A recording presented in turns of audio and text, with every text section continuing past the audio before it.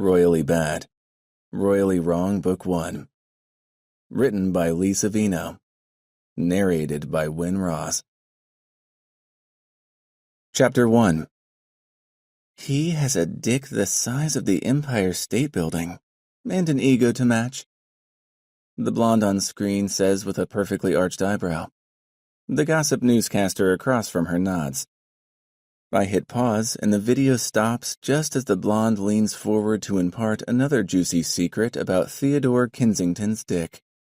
Her boobs look like they're going to topple out of her shiny pink blouse. Someone's already got a book deal to kiss and tell, I murmur to the frozen blonde on my phone screen.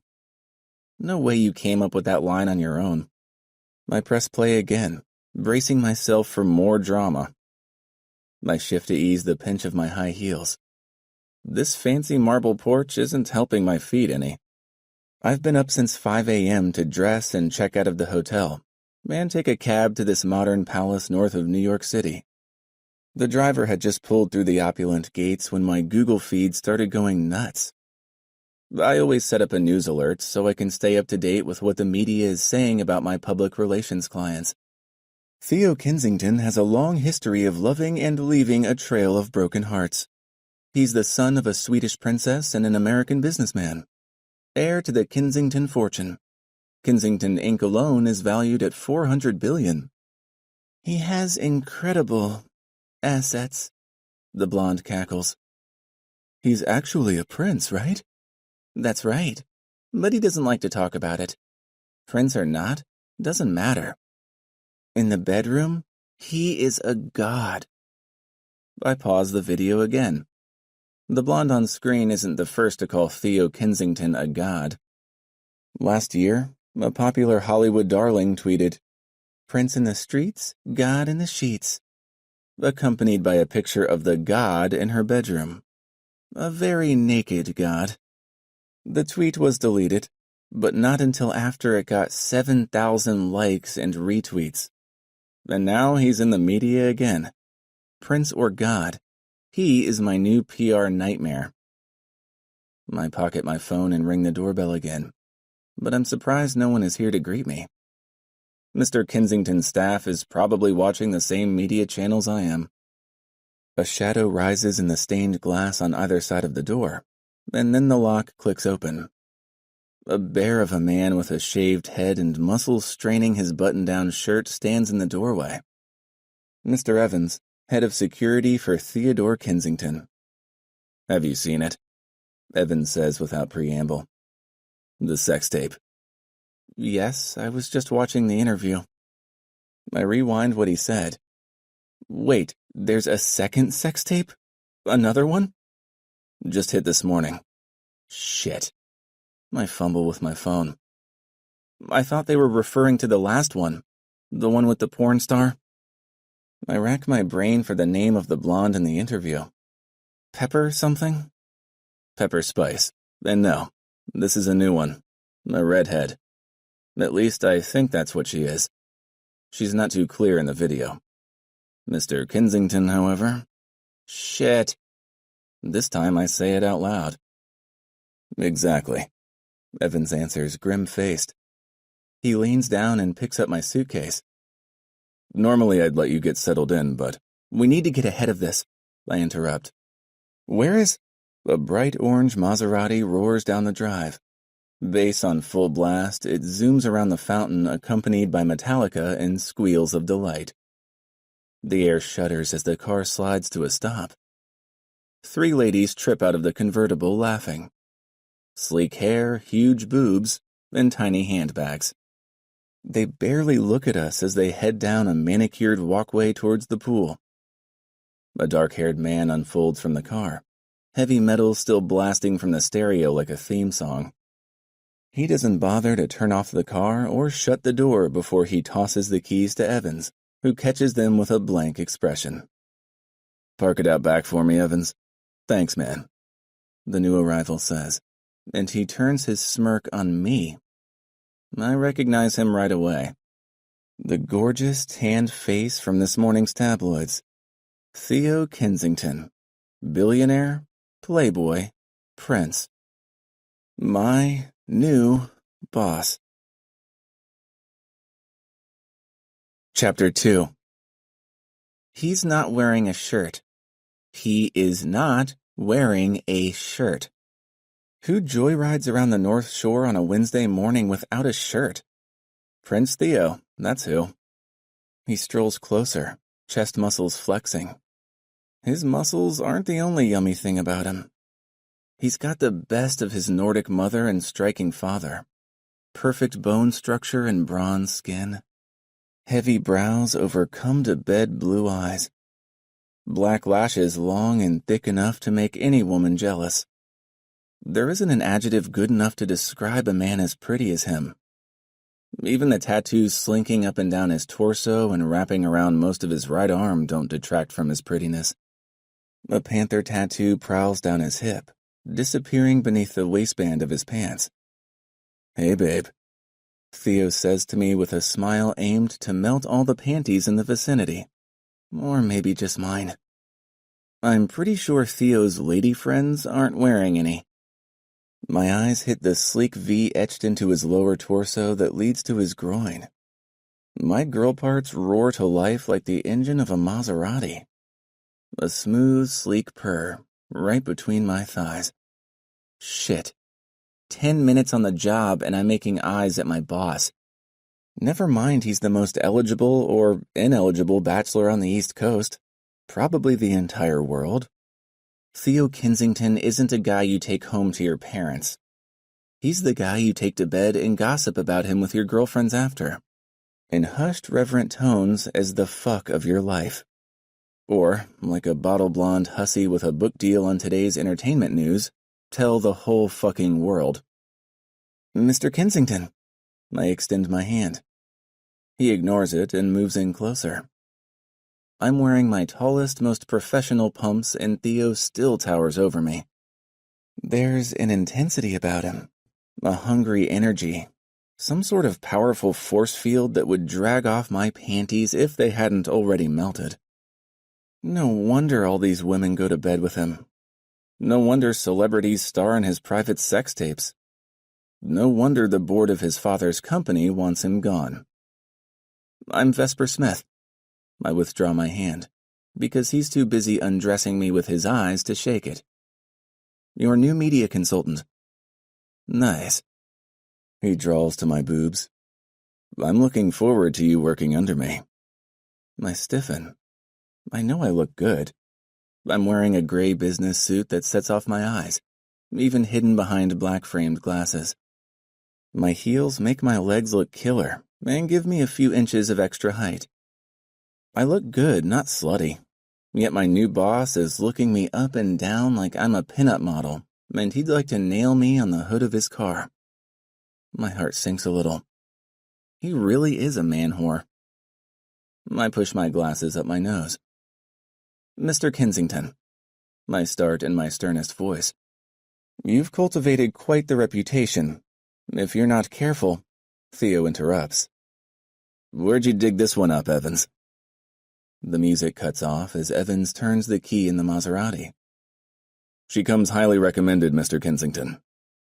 "Great. Do you want me to call the ladies back?"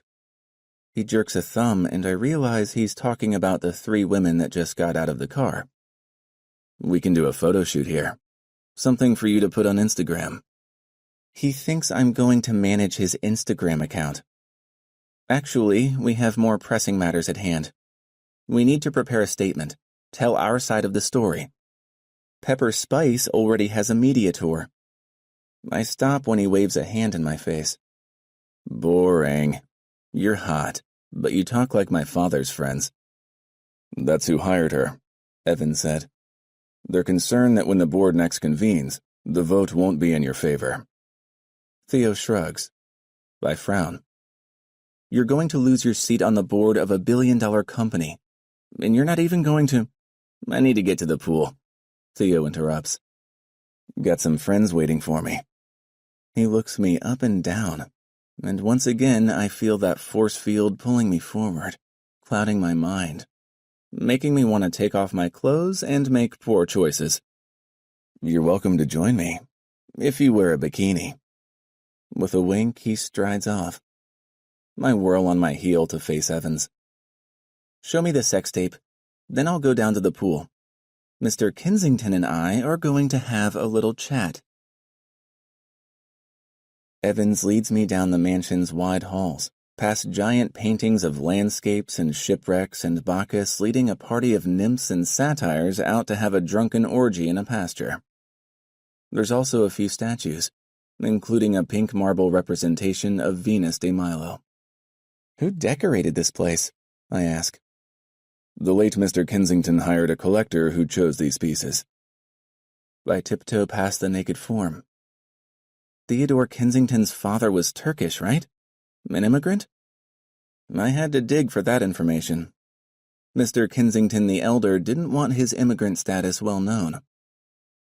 Immigrant turned billionaire tycoon, Evans confirms, who fell in love with a princess. Kensington doesn't sound very Turkish. He changed his last name when he received his citizenship. Like Donald Trump's grandfather, changing the family name from Drumpf to something more marketable? Exactly. I don't miss Evans' dry tone as he turns into a small dark room. Empty coffee cups litter the desk under the many mounted screens.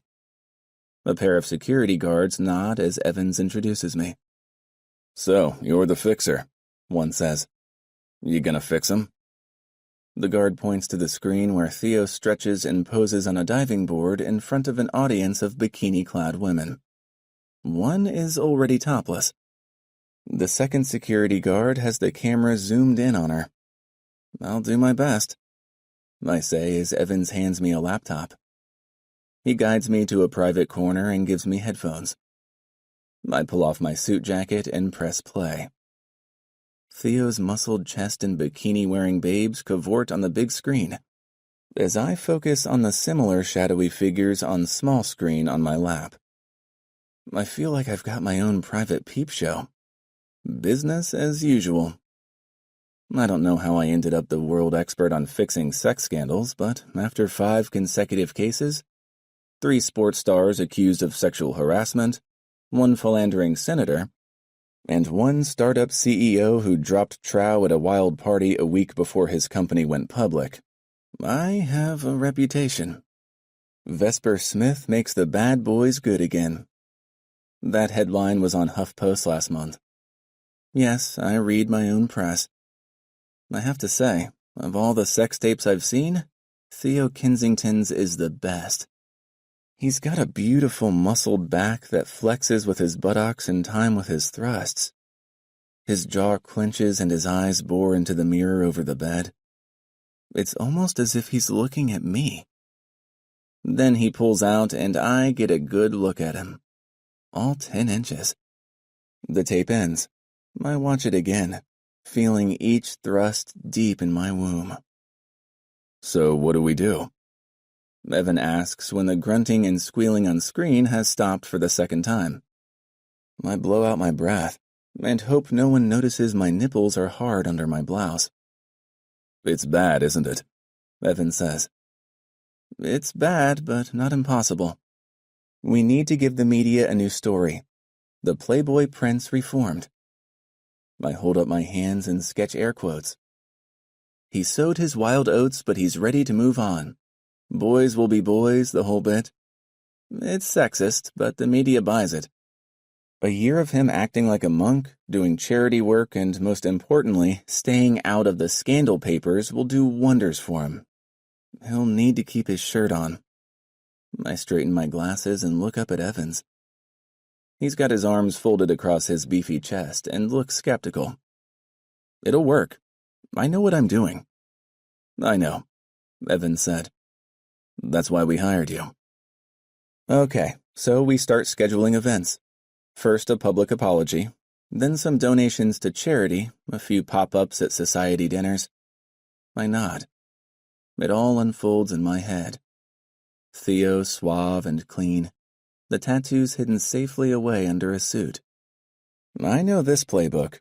Redeeming the bad boy. I got this. Sounds great, Evan says. It's just what he needs, but it's not going to work. What's the problem? We don't have a year. I tap a pen against my lips. We can work with a shorter timeline. We have a week. A week? That's when he goes before the board. That's when they decide. And that's not all. He hesitates. There's the matter of the Queen. Rumor is, she's finally asking about her grandson, and she's not liking what she hears. The Queen? As in the Queen of Sweden? Yes. I didn't even know Sweden still had a queen. Their parliament holds all the power, much like in England.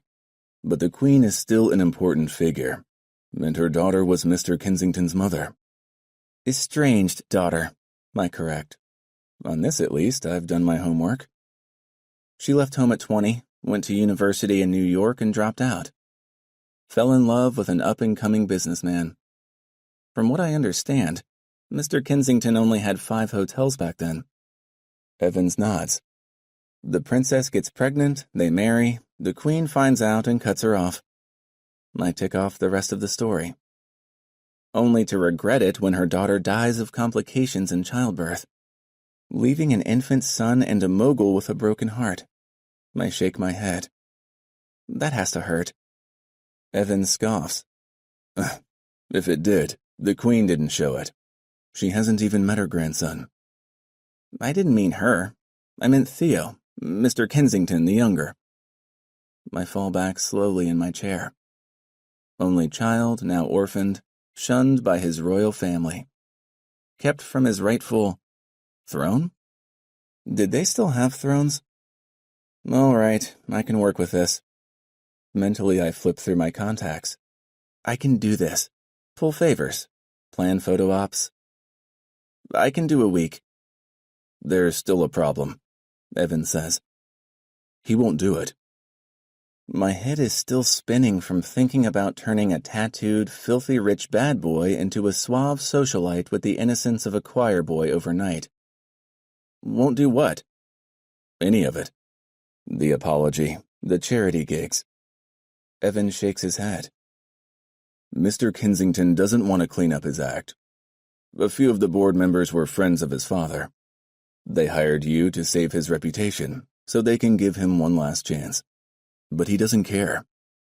Then he needs a therapist, not a fixer, I say sharply. Evans shrugs. For the money we're paying you, you can be both. Chapter 3. On my way to the pool, I school my face into a stern expression, one I often saw employed by Miss Mavery, the librarian at my high school. I found it works on handsy boys and misbehaving clients alike.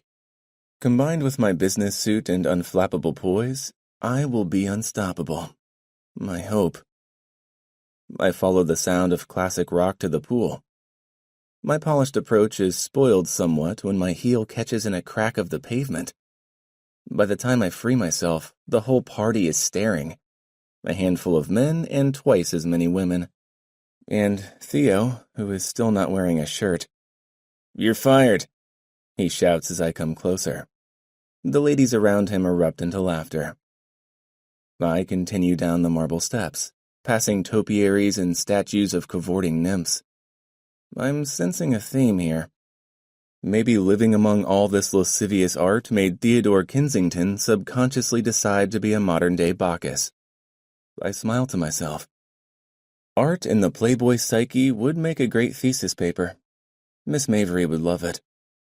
I said you're fired, he repeats, and there's a serious edge to his voice. This isn't just Theo, the bad boy idiot playing to the crowd. This is Theodore Kensington, testing me to see what I will do, whether I can stand up for myself. You can't fire me. I come to a stop before his pool lounger. I don't represent you. I represent your dick. I point to his swim shorts. Fortunately, he's wearing shorts. Otherwise, it'd be halfway to an orgy around here. I don't think Mr. Evans would like that. My dick can speak for itself, Theo says, and sets off another round of giggles. It certainly can. That's your problem. Your dick is getting rave reviews on entertainment news shows. Apparently, it just delivered the performance of a lifetime. You're a grown man. I'm full-on channeling Miss Mavery here. Who got caught with his pants down and more than just your hand in the cookie jar. Theo wears a half smile.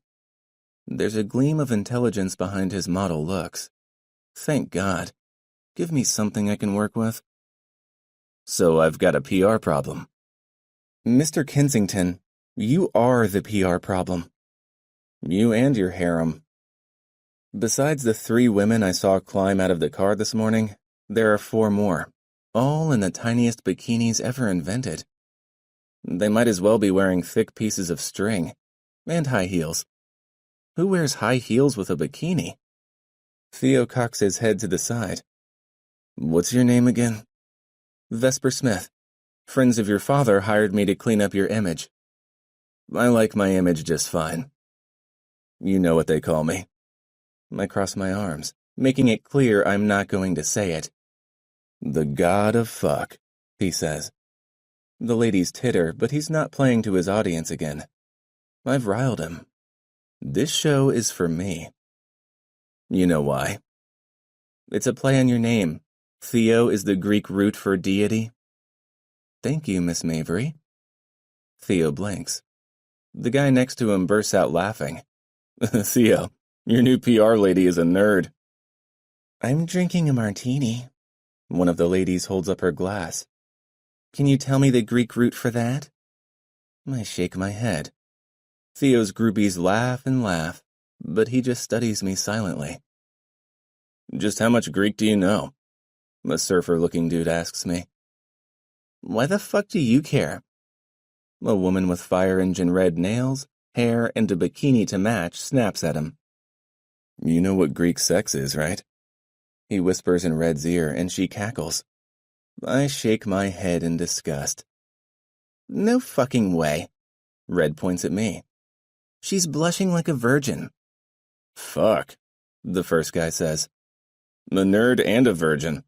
I know someone who can help you with your V-card. He smacks Theo on the back. Lay off it, guys, he orders, before stepping close to me. Way, way up in my space. My head tilts up to look him in the eye. I force myself not to back away. Your friends are jerks, I tell him. Don't listen to them. They've just never seen a media consultant as beautiful as you. I'm not going to sleep with you, I tell him. Don't try to flatter me. Methinks the lady doth protest too much, he says, and it's my turn to blink. I think you like it. I think you want me to flatter you. I push my glasses up my nose, more to insert space between me and him than to adjust my glasses. My hand almost brushes his tattooed pec. I wonder if he hears my heart pounding. You're a little uptight, Vesper Smith. Maybe my friend's right. You need a little theotherapy. Tell you what. He leans close, his lips brushing my ear. You fix my image. I'll punch your V-card. That won't be necessary, I snap. He bursts out laughing. I'm kidding. I don't fuck virgins. Screaming, I'm not a virgin, won't gain me anything, so I spin on my heel and leave. My cheeks are hot. Never mind the teasing. There is so much sexual attraction between Theo and me. The eye fucking alone is enough to get me pregnant. Gods did that, right? Poof, pregnant. Now that would be a story to spin.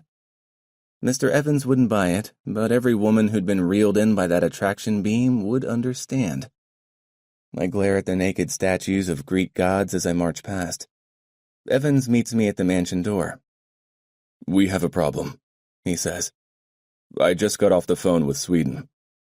Did the Queen see the news? Yeah. She's finally ready to recognize her grandson. It's been almost 30 years. Why now? I think she finally wants to make amends.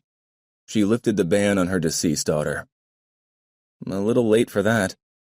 Poor Theo, losing his mother at birth and bearing the brunt of her sins. It's more a formality, to change the line of succession. What? Her son is ill. He and his wife have no children. When he dies, Theo is next in line. My head spins. That's the real reason she made contact. She's called him to an audience at her private residence. Friday. This Friday? That's right. The Queen wants to see him in 4 days. So, how's it going? My friend chirps. I wince and prop my cell phone on my other ear. I should be scouring my media contacts and calling in favors, and Googling what to wear to an audience with the Queen of Sweden. But between Evan's shouting about suing every woman his boss has ever slept with, and Theo's heavy metal rock fest in his backyard, I have a headache. I scowl at my suitcase. There is a bottle of aspirin in here somewhere. Hello? V? 1 sec, Mina. You call me and then put me on hold? She laughs. No, sorry. I just needed to find something. I pull the bottle of pain relievers from a secret pocket and claw it open. Gulp down 2, chase with water. Wish it was vodka with Valium. Okay, ready. What was the question? First day on the job? How's it going? Mina is my best friend, and the only person I don't lie to. I want to quit. He's your client, right? Just fire him. I was hired to do a job. I'm going to do it, I say, and try not to grind my teeth. I don't quit. Good for you. So, who is this guy again? What'd he do? You've heard of the Imperial Hotel chain? The fancy hotels? Like the Four Seasons? Exactly. My client's father started with one hotel and built it up from there. Kensington Inc. does a lot more now. They own other hotel chains and an airline. Bottom line, Daddy's boy has some serious cabbage. And some serious issues. What's his name? I sigh. Theodore Kensington. Really? I just saw something about him. I hear her tapping on her computer. Oh man. Oh man. Laughter in her voice. I picture her scrolling through the pictures of Theo. A few photos of him with celebrity girlfriends, some on the red carpet, others taken by paparazzi stalkers. The camera loves Theo. Dazzling white smile amid the tan skin, the acres of muscles on his bare chest at the beach. Yeah, he is very photogenic. Wait for it. Oh, wow. Oh, wow, holy. Yep, that's his dick. Looks like you have a big problem here. A really, really big problem. She giggles. I know. I rub my forehead, wishing the pain meds would kick in. I've never had a client's sex tape go live the day I started working for him. Aw, Vesper, you can pick him. So what are you going to do? First, I have to convince him to clean up his act. He's not interested in being anything but a bad boy. So? You like him bad. Not this bad. I tell her about his asshole behavior at the pool. Phew, she whistles. He's like a boy in grade school, throwing rocks at the girl he likes. What? No. I'm serious. Sounds like the Playboy Prince has the hots for you. I don't tell her the feeling is mutual. Listen, Mina, I was calling to see if you could look into something for me. Mina is a whiz on that computer of hers. Scary good. She pulls secrets for me all the time, and has helped me bury just as many. I tell her what I need. I can do that. No problem. Just tell me this. What? Mina's voice deepens to a purr. Is he as hot in person as he looks on the screen? I grimace. I can't lie to my best friend. Hotter. Fuck, you're totally screwed. At least if you're lucky. Mina, I don't screw clients. Not anymore. More's the pity. Mina types faster on her computer, the sound like falling water. All right, I'll get you what you need. You get your client on board. That's just it. I don't know how. You know how. Charm him. I don't do that anymore. I touch my glasses. She laughs. I don't have secrets from Mina. Not that way, but there's nothing wrong with using a little bit of what God gave you to win him over to your side. No, I hiss into the phone. No, I'm a professional. Just because I'm blonde doesn't mean I'm a bimbo. You don't need to prove you've got brains, V. You got a bachelor's and master's from 2 top universities. No one is disputing that you're smart. I pull off my glasses and give them a polish, waiting for a chance to interrupt. You've also got a great body, Mina continues. Even if you don't flaunt it, you're not fooling anyone hiding it under those suits. You are hot. There's no changing that. Why not own it? I drum my fingers against the windowsill. A few hundred yards away, Blondie slinks around the pool, walking like a model and a stripper combined. She's got Theo in her sights. You've got to charm him, Mina says, or lose a client. I don't lose. Then you know what to do. Once Mina hangs up, the pain in my head dulls to a resentful throb. I open the window a crack to get some air. Shouts of laughter waft up. The party is bigger, the music louder, the sun is hotter. It's a nice day. Gorgeous, in fact. Fuck it. 10 minutes later, I teeter past the nymph statues in my Louis Vuittons. Before descending to the pool, I undo the tie on my wrap dress and shrug it off. Underneath, I wear a black bikini. A little more than the pieces of string the other women are wearing, but not much.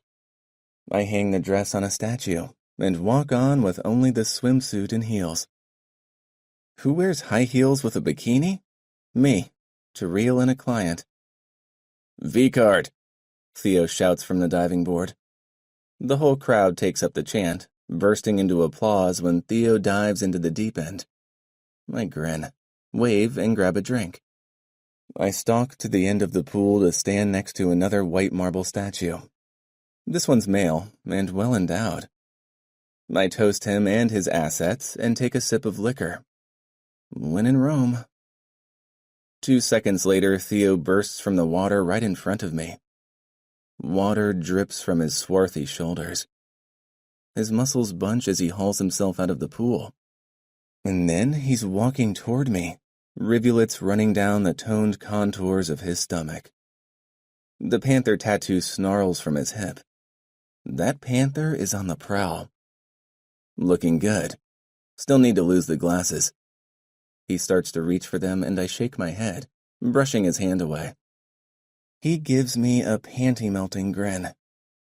I guess the real party starts when they come off. He's an asshole. He really is.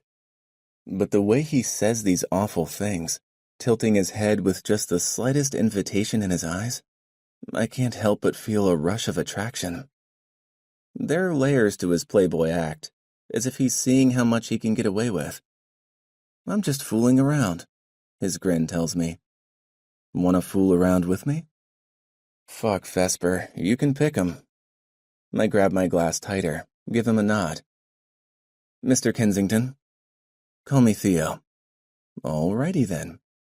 Theo, nice party you have here. Glad you could join us. I see you've given up on me. Nope, I say and tip back my drink. I hold his gaze as I drink. When I set down the glass, he looks at me with new respect. Finally. We need to talk. I like talking. He leans against the statue, angling so I'm sheltered by his body. We are in our own private world over here. My heart pitter-patters. I like doing other things, too. I know. I've seen what you like to do. Oh, you haven't seen everything. Is that so? Well, I've seen enough. I morph into Miss Mavery. There's nothing wrong with a celebrity acting the fool. It's allowed, almost expected. But you are not a celebrity.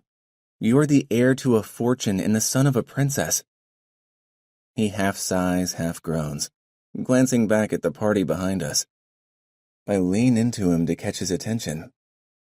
Your father built something from scratch, and you're throwing it away. Usually it takes 3 generations to go from poverty to wealth back to poverty. You'll do it in 2. I'm not going to have kids. I take a deep breath. Then there's the matter of your grandmother. Theo's face goes blank, cold.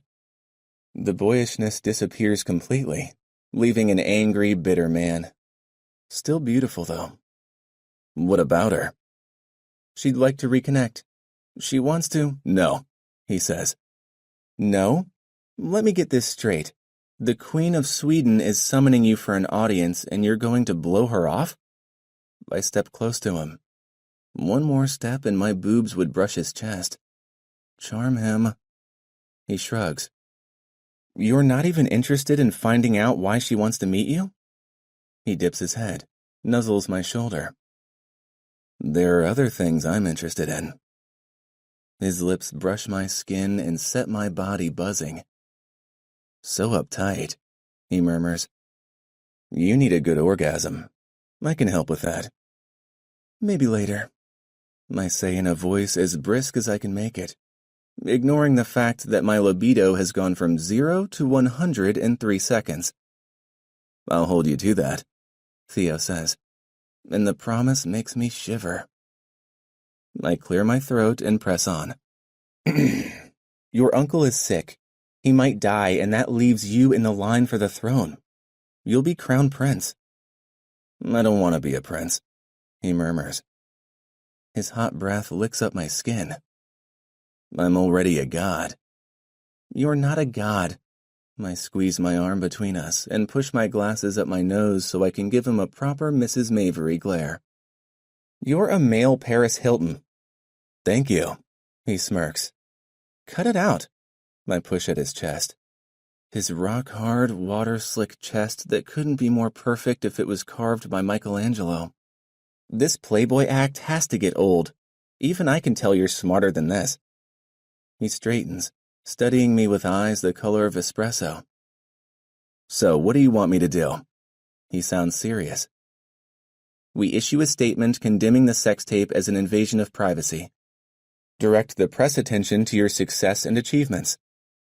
I don't have any of those. Your platform, then.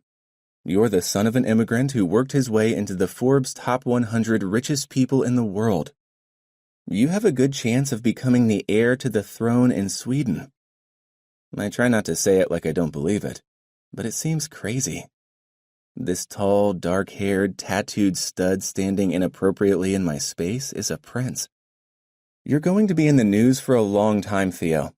It's time to craft your message. He blows out a breath. All right. All right? I'll do it.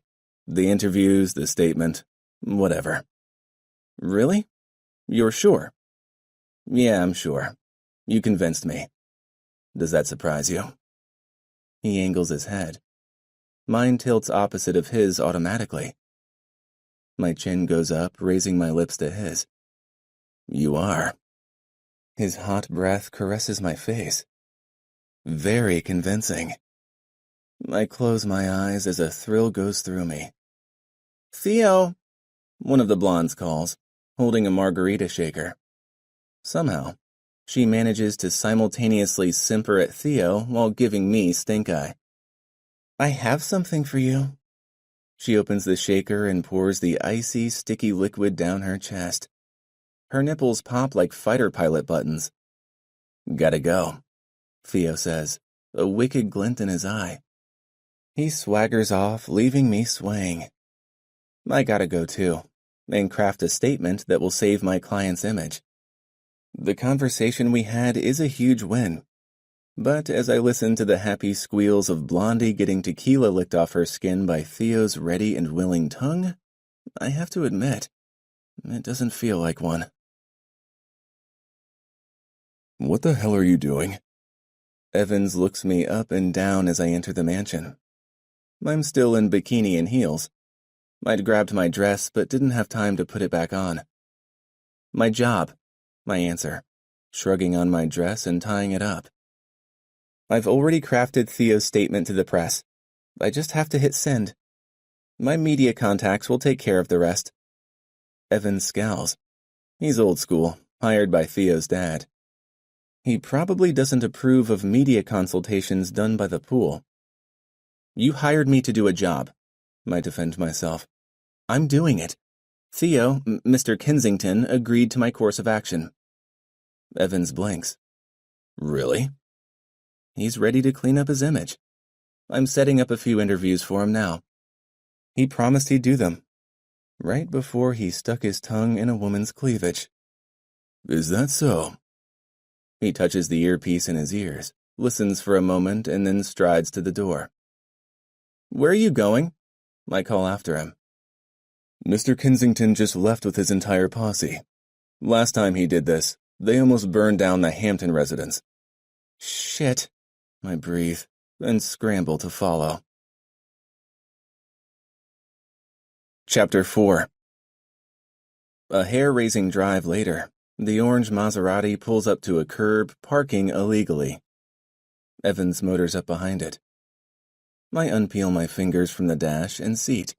Theo drives like he's doing time trials for the Indy 500, and Evans stayed on his tail the whole way. The head of security must have tons of practice, and a judge in his pocket to pay off Theo's speeding tickets. Where are we? The city block has nothing I recognize, besides a few rundown shops and a few ugly buildings amid a concrete jungle.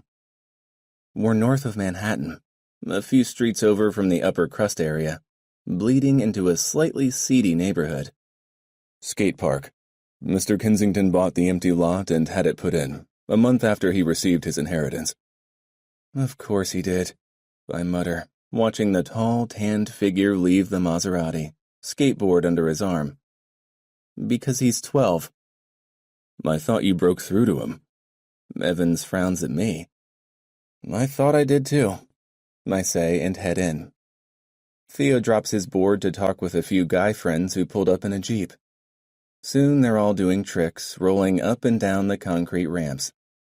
To the right, a catering company has set up a long row of tables, covered in white tablecloths and mounds of food. Canapes and other finger food, plus a whole dessert table with a tower of cupcakes. The women sit by and watch, careful to keep their sundresses from touching the gang tags on the concrete. Theo flips his skateboard under his feet a few times before zooming up and down the ramps. He balances his big body with grace and ease as he executes some moves. He's actually good. Won a competition when he was 16, Evans tells me. Really? That might be useful. I make a note to get Mina to dig on that. Evans stands up and signals his security team. We have visitors.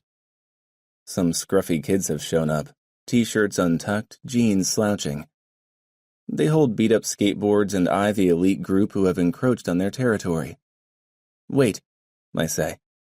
They're like 10 years old. Don't kick them out just yet. A few of the boys creep towards the food table. When no one stops them, one grabs a chicken satay stick and runs back to his friends. Theo, one of the girls whines. They're taking our food. That's all right, Theo waves. They can have as much as they want. Stand down, Evans says into his earpiece. The neighborhood kids swarm the tables. The caterers rush to bring out more plates. One of the boys reaches over the sea of desserts and grabs the top cupcake. They're eating it all, Blondie cries. Theo looks up for a second. His shirt is off, again. Tattoos in glorious display. He shrugs. Let them eat cake. Pouting, Blondie stomps back to the car in her designer jean cutoffs and ridiculous high heels. The kids demolish the food. Theo joins them for a mini hamburger, and then they all head over to the ramps. I inch closer, listening to Theo rule the court, having the kids take turns on the ramps. Hey, can I borrow your phone? I ask one boy. When he hands it over, I start snapping pictures. Theo crouching to examine a skateboard while 3 kids look over his shoulder. Theo pointing to the court, explaining the best way to hit the ramps. I take a little video and tweet it, adding Theo's most popular hashtag. What'd you do? The kid next to me asks when I hand back his phone. Made you famous, I tell him. Using his phone versus mine will make the media leak look more authentic. Some news vans are going to be here, and they'll want to talk to you. Go ask Theo if you can get a picture with him. If you can, I'll take it. Cool. Sure enough, 30 minutes later, the paparazzi show. Cameras flash, Theo poses with the kids. He trades his designer t-shirt for one of the boys' faded ones. The boy glows. They all do tricks, and when one of the kids pulls off a fancy twist, Theo gives the boy his skateboard. A few of the ladies get into it, handing out bottled water and the rest of the cupcakes. Blondie still sits glowering in the Maserati. I smirk at her before crossing to the news people to give a quote. This little detour has been quite a success. When I return, Theo motions me over. Mr. Kensington? He pushes closer, dips his head towards mine. It's then I realize he's livid. What the fuck? You set me up. I blink at him. It's a fucking media circus, he says. Did you call the press? No. I took a picture and tweeted it with your hashtag. You're hot right now. I'm always hot. Still flirty under all his indignation. Hot news, I mean. I flush. My stupid body senses his anger and thinks it's exciting. The chemistry between us cannot be denied. You promised me a few interviews and then took off to here. Thought you would get the message. Did you expect me to give up so easily? Yes. He pushes closer, and his scent washes over me. A bit of sweat at his temple turns his silky hair black. Well, I'm not going to. I stand my ground. I'm going to do my job, like it or not. I'm a fixer. I'm used to difficult situations. I don't want to be fixed. He looms over me, his body heat hitting me like a heat wave. Well, too bad. My fucking pussy is dripping. We're so close to each other you could barely run a knife blade between us. There's more to this fight than Theo's distaste for the media. He's finally met someone who will stand up to him. It doesn't hurt that I'm someone he wants to fuck. You use these kids as part of my own personal photo shoot. And now I hear you told the media I come out here and skate with them regularly. A way of giving back? I shrug. It's not a bad idea. You built the park, you like to come here. I'm not running a charity. Actually, you are. As of 3 p.m. this afternoon. The lawyers are working on adding boards for boys and girls to the Kensington Nonprofit Fund. You're giving $1 million to start a skateboard after-school program for inner-city kids. I give him a fierce smile. I already told the kids you'd be here next week. Unless you want to back out. He shakes his head, but I hear his teeth grinding. Relax, Theo. This is good press. It's good. I didn't fucking come out here to. I know you didn't. But like I said, the kids showed up and you were nice to them. Because you're a nice guy. I poke him in the chest. It hurts my finger. His muscles are hard. Too late, I realize I just poked my boss in the chest.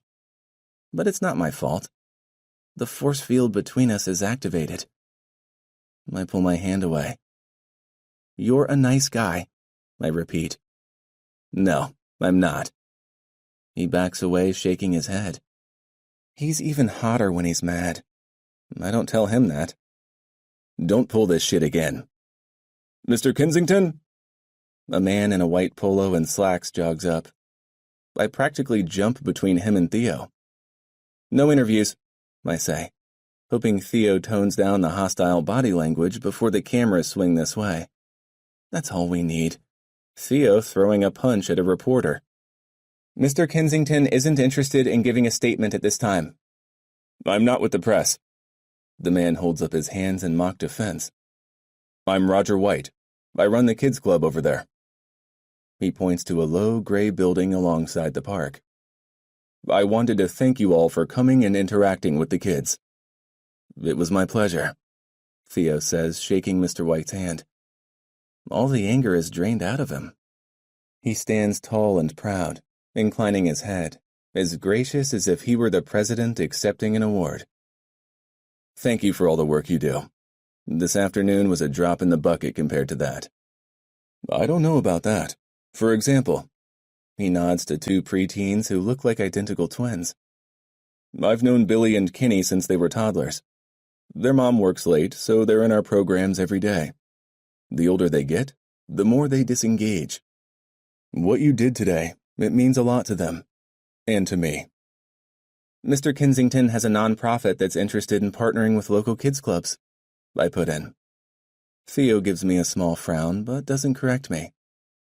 I'd love to hear more, Mr. White says.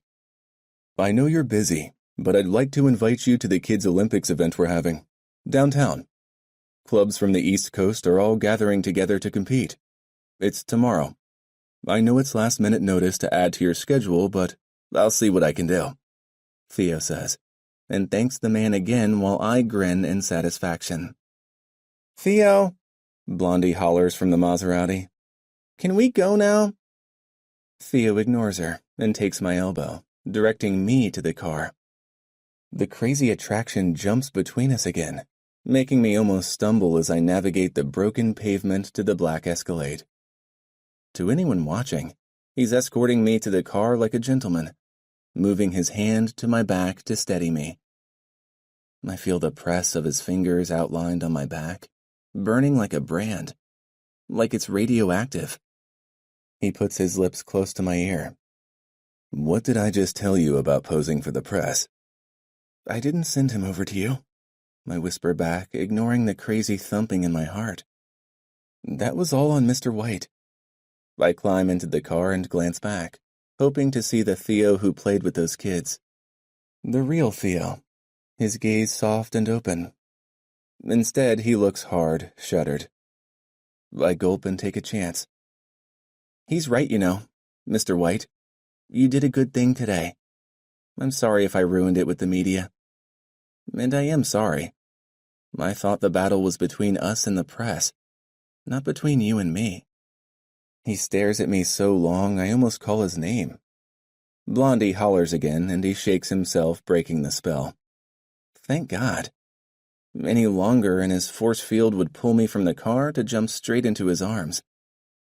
This isn't over, he warns, and shuts the door while I shiver at the promise and the threat. Back at the mansion, I head to my assigned office to check my laptop. There's an email from Mina with 2 words. Mission completed. I smile. Mina likes using code words as she executes her hacker genius. My phone rings. Evans. I just got orders from Mr. Kensington. He said he's going to the Kids Olympics tomorrow. I grin and thank the heavens above for Mr. White. I guess so. He also asked for no extra media presence, but he says he's going to volunteer all day. I fumble the phone and almost drop it. When I get it back up to my ear, Mr. Evans has continued. Before flying out to Sweden. Has he agreed to Sweden? Not yet. He will, I say, and knock on the wood top of my desk. I'll get him to agree to meet his grandmother, the Queen, if I have to don a bikini and give Theo a lap dance. I do not say this out loud to Evans. My men have been monitoring the media. Apparently, more sex tapes starring Pepper Spice have come out. She must have made one of every guy she's ever slept with. It's all over the celebrity news shows. Well done, Mina. That should deflect the attention from Theo somewhat. That's what I'm seeing. Evans clears his throat. I don't know how you did it, but keep it up. We might be able to convince the board to give him a second chance after all. 4 hours later, I close my laptop. I have Theo scheduled for an interview on Thursday, and released his statement asking for the press to respect his privacy. I've nudged a few friends to lean on Pepper Spice, who's looking less and less like a credible source, and more like an opportunistic slut. I don't like dishing out dirt to clean up a client's image, but if Pepper is mudslinging, the least I can do is turn the camera on her. I've just finished dinner when my phone rings again. He's gone, Evans grunts. Again? I thought you took his keys. I did. Must have taken the Porsche. The man owns 10 cars. When you take his keys, you need to take all of them. I stalk to the window and push open the shades, as if I expect to see Theo motor down his front drive. We leave tomorrow at 8. We don't have time to pull him out of a bar and dry him out. We can't delay anymore. We're out of time. I know. We're trying to track his phone. I whirl from the window, rubbing my temples. My headache was gone, but I feel it coming back with a vengeance. Could he just be at the pool with the rest of his posse? He sent them home. Thought he was headed to his rooms. We're searching the residence for him now. Damn it. All right, I'll help. I pack up my laptop and head to my room. If I'm going to run down my client, I'm going to do it in Nikes, not Louis Vuittons. I growl to myself as I march down the gilded halls. Goddamn fucking man better keep his fucking dick in his fuck god pants or I will staple them to his... I open the door to my bedroom and halt in my tracks. Across my bedroom, Theo grins at me. My phone rings. I answer it. I think he's still here, Evan says. His cell signal is still in the residence. I found him. I interrupt. Call off your search. We'll see you in the morning. I hang up before Evans can ask any more questions. And I have to tell him the Playboy Prince is lying in my bed. Chapter 5. Miss me? Theo asks. Shoes off the bed, I order and march past him into the bathroom. With great care, I make sure not to slam the door. Then I press myself against it. The sight of Theo, all shirtless 6-foot-something of him, plus the 10 inches he's packing in his pants, and thankfully he is wearing pants, is enough to make my ovaries explode. If I survive this night without rubbing myself all over him, I will be very, very surprised. Must channel Miss Mavery. I open the door again, half hoping he's gone. Nope, still there, reclining on his back, biceps and triceps sleekly outlined against the bedspread as he pillows his head in his hands. He's kicked off his shoes. Looks like he's here to stay. Some part of me is instantly resigned to him being here. Our attraction as final and inexorable as gravity. Some part of me wants to jump his bones. The way he's stretched out, it'd be so easy. He transfers his gaze from the ceiling to me, long lashes fanning across his tanned skin. How can a man be this pretty, and rich, and smart, and famous? It's not fucking fair. So, Vesper, you gonna ask me why I'm here? No, I reply, sifting through my suitcase for the baggiest pair of yoga pants I own. Add to them a giant t-shirt proclaiming I love NYC and my Sarah Palin/Tina Fey black-framed glasses, and I have the perfect cock-blocking outfit. Not as good as a pantsuit, but it's all I've got. I know what you're doing, I continue, rising with clothes in hand to kick off my heels. You're making my life difficult. You've been doing it since I set foot on your doorstep. I agreed to do everything you wanted. Which is why I'm not throwing you out on your ass. I say, you need a good night's sleep before tomorrow, and so do I. It may as well be here, where I can keep an eye on you. Is that what we're going to do? He raises a brow. Sleep. In answer, I shut the bathroom door. I wash my face and change into my armor. After I set my glasses on my nose, I study my reflection. I have a pretty face. Not as pretty as Theo's, but my thin build and elven face get me enough stares on the subway. Add to that my long, thick blonde hair flowing out behind me like a golden flag, and I get more than second looks. I've had enough attention to last a lifetime, but for some reason, I want Theo to look at me. After a long moment, I let down my hair. When I exit the bathroom, Theo sits up, and I know letting my hair down was a mistake. But his hot gaze on me feels like a win. No, we're not just going to sleep, I announce. We're going to talk. Just talk. Another eyebrow raises. Just talk. I turn to the dresser to take out my earrings. A whisper of fabric and heat hits my back. Theo's awesome sexual presence surrounds me. Just talk. Are you sure about that? He murmurs, wrapping his arm around my waist. A good thing he does, because my legs almost give out. He pulls me back against him and my mind goes blank. Something long and very, very hard presses against my bottom. This is sexual harassment. The Miss Mavery part of me parrots. The rest of me melts into Theo's giant body. Is it? How so? He tugs my shirt collar to the side and plants a small kiss on my shoulder. It takes everything in me not to whirl around and wrap my arms around his neck. He's very hard and warm. And hard. Why don't you tell me all about it? He steps away and tugs me around. In bed. He draws me to the bed slowly. I walk very carefully, as if I might accidentally slip and fall and land on his dick. Hey, it could happen. Baggy yoga pants notwithstanding. But as soon as I get to the bed, I break away and slip under the covers. No, just no. I stop him when he goes to do the same. He smirks and lies atop the comforter, propped on his side facing me.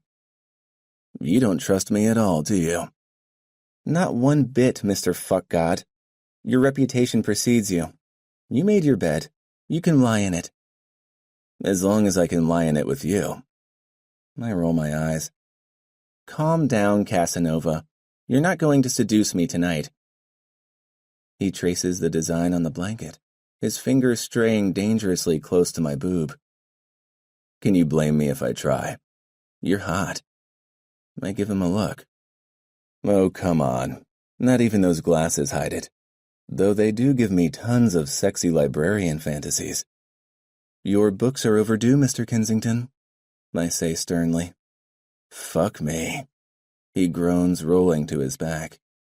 No, not gonna happen. I don't fuck boys who are prettier than me. I'm not a boy. I'm a man. Then act like one.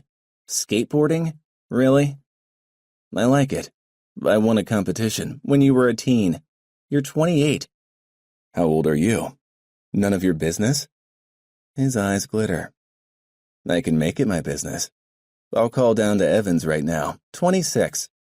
You're young. Age is just a number. I've got experience. He smirks. As a media specialist, I clarify. My last 5 clients, I know about your clients. I read your file. You read? I snark back, and he makes a face. I hit him with a pillow, and he grabs it from me, putting it behind his head. This is nice. This is comfortable. At least as comfortable as we can be with all this sexual tension buzzing between us. The air is charged, just like before a storm. I guess your glasses make you look older, more experienced. I smile at this. So what made you want to be a fixer? Theo asked. Everyone has secrets. He tilts his head closer. You gonna tell me yours? What do you think? I pull the sheet up under my chin. If you tell me yours, I'll tell you mine. Too late for that, Mr. Fuckgod. Your dick is all over the internet. You don't have any secrets. I plump my own pillow, sink into it with a sigh. Not that you've ever had much privacy. Billionaire, son of a princess. You've lived your whole life in the spotlight. Must get old. It does, he says softly. And there's a sad note in his voice, a hint of the man I saw before. Much older and more serious than the usual playboy the world knows. Soft and open, able to be hurt. I might be the only one who's ever seen the real Theo. You're so beautiful, he says, and my heart stops. There's nothing flirtatious about his tone, none of the irresistible charm. He's serious, stating a fact. But I am very aware of his hand resting on the bed between us, 5 inches from my hip. It would take nothing for him to slide it forward, to pull down the covers and find my bare skin under the baggy t-shirt. His touch wouldn't even be shocking. It wouldn't be wrong. Us lying together without touching? That is shocking. Being in bed with Theo feels inevitable. It doesn't make it right. I press my lips together and stare at the ceiling. When I first saw you, I thought you were, I don't know. He shakes his head. A model or something. A pretty face sent here to sell something. Then you opened your mouth and, what? Beautiful women can't be smart? I don't usually hang out with women because they're smart. Pepper Spice is smart. She turned one night with you into media attention and a book deal. He says nothing. And I am a pretty face sent here to sell something. I continue. I'm going to sell the world Theodore Kensington, fine, upstanding citizen. And you know what? It won't even be a lie. My whole life is a lie. What are you talking about? You live in a mansion in one of the most expensive neighborhoods in the world. This place is practically a palace. This? I hate this place. My father built it for my mother. 10 years after she died. He scoffs. He never stopped loving her. Never stopped. Trying to prove himself? Yeah. His voice kicks with a mirthless laugh. I guess so. So you had a hard childhood. That's not unusual. What about you? He turns that deep gaze on me and I flick my own down. I want to shrink into myself, a hermit crab in a shell. Don't look at me. But he does. There's no hiding from the dark blue depths of his gaze. Tell me something about yourself, Vesper Smith. Something real. Truth or dare? I joke, and wish I could take it back. Theo lies on his side, his dark gaze soldered to my curves under the blanket. And I am wet and ready, body just waiting for him to make the first move. At this point, a dare would be very, very dangerous. I swallow. I'm from a small town. Only child. Parents? He probes, more intent than I've ever seen him. His sexy aura is turned way, way up. This close, it's overpowering. Just my mom. She worked a lot. So did my dad. Yeah, well, at least you weren't on food stamps. I grimace at the ceiling. So, no modeling career? No. Pretty girls in my town ended up at the strip club. What got you out? Work, desire, a bit of luck. I had a teacher who believed in me. She was the school librarian. I befriended her.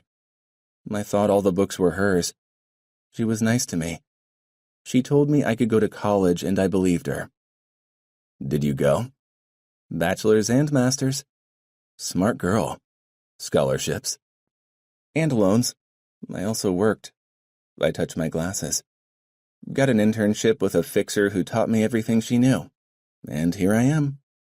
In bed. With me. This is not going on my resume. He laughs, and I wriggle around to face him. The heat between our bodies is potent. Electricity leaps from his tanned skin to mine.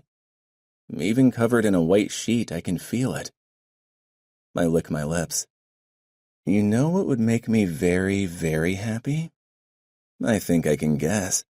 The devil lurks in his grin. I hold up a finger. One interview. Prime time. I can make a call. No. He jerks away from me, only a few inches, but I feel the wall go up between us. All right then. How about this? The kids you met today? The ones going to the event tomorrow? Comp them some rooms. You own a hotel a few blocks away.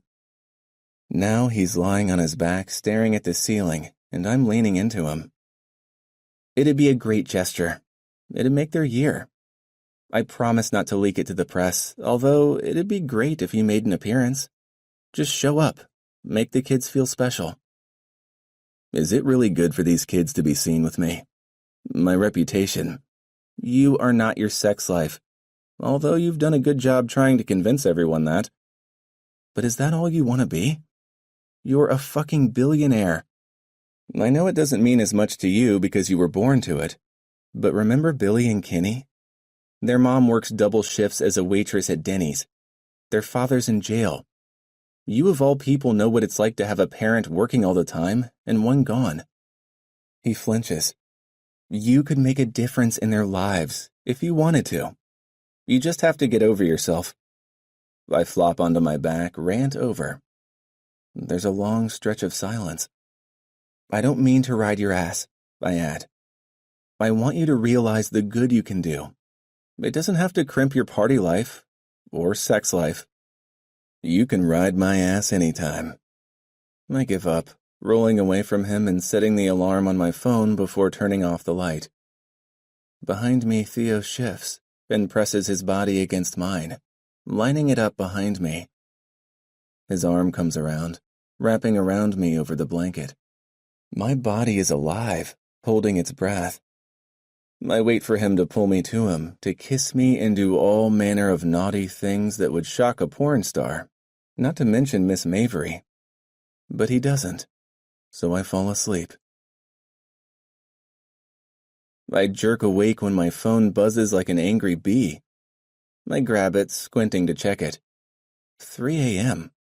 Do you have to keep that thing on? Theo asks.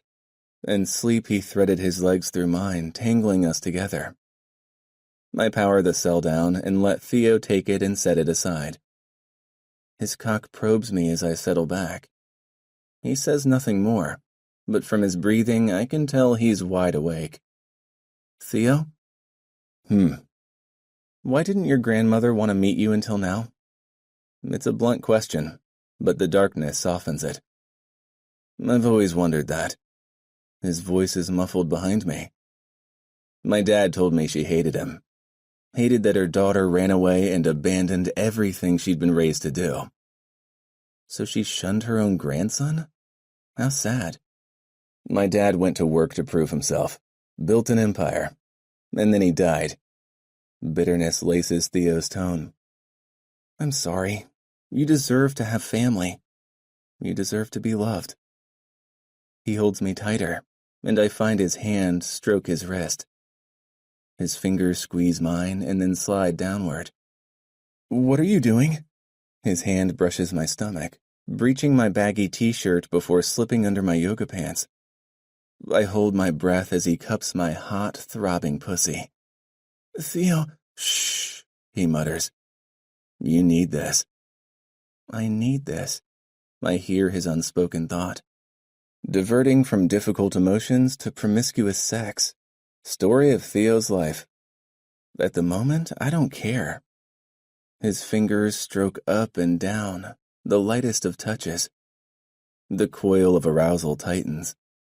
I whimper and he delves deeper, soothing the ache even as he makes it worse. This is a bad idea. No, it's not, he says, and I realize I spoke aloud. Let go. Let me take care of you.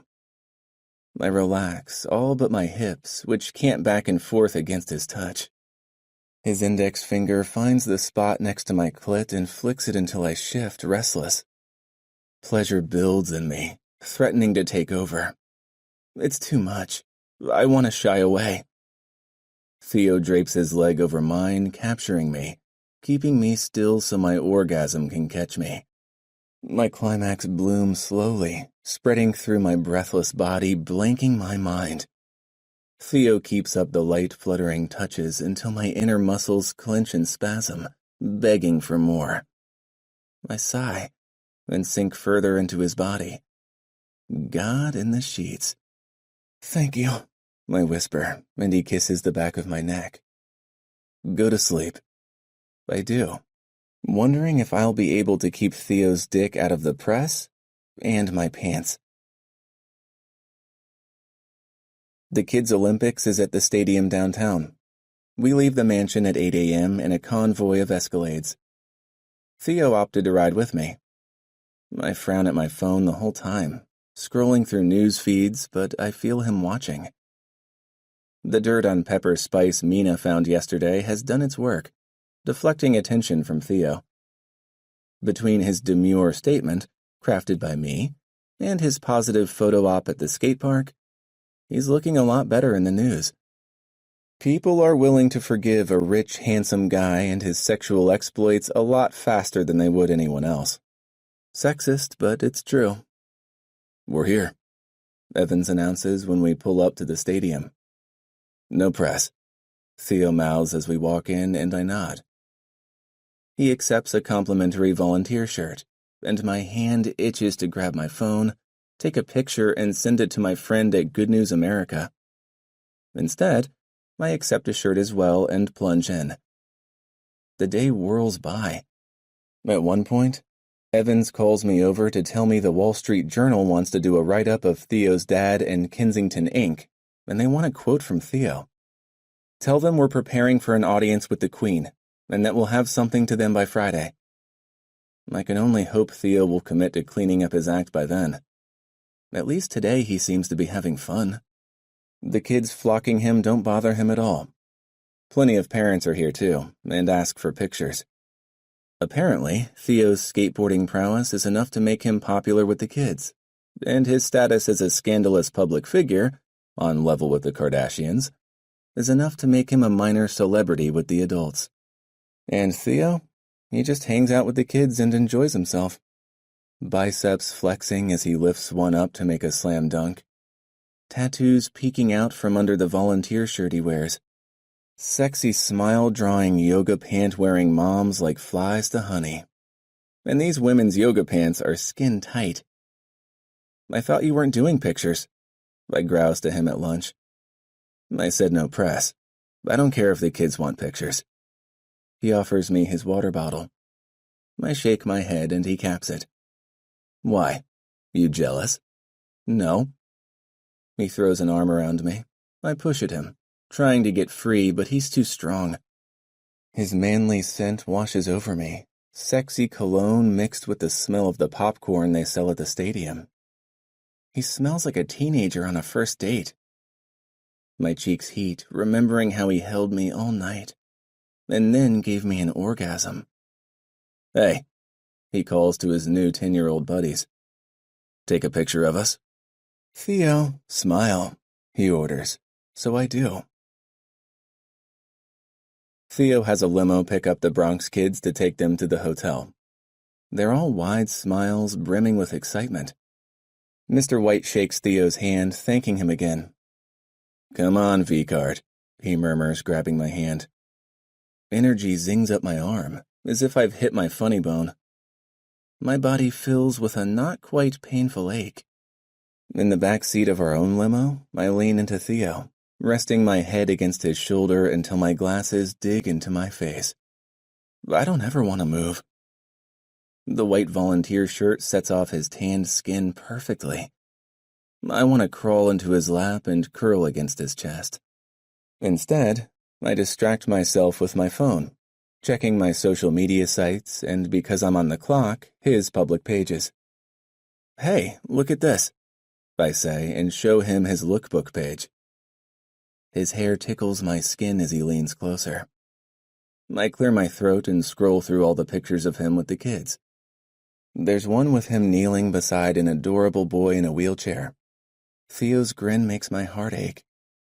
"You're getting a lot of great comments," I say. Theo squints at the screen. He plucks my glasses off my face before I can say anything, sets them on his nose.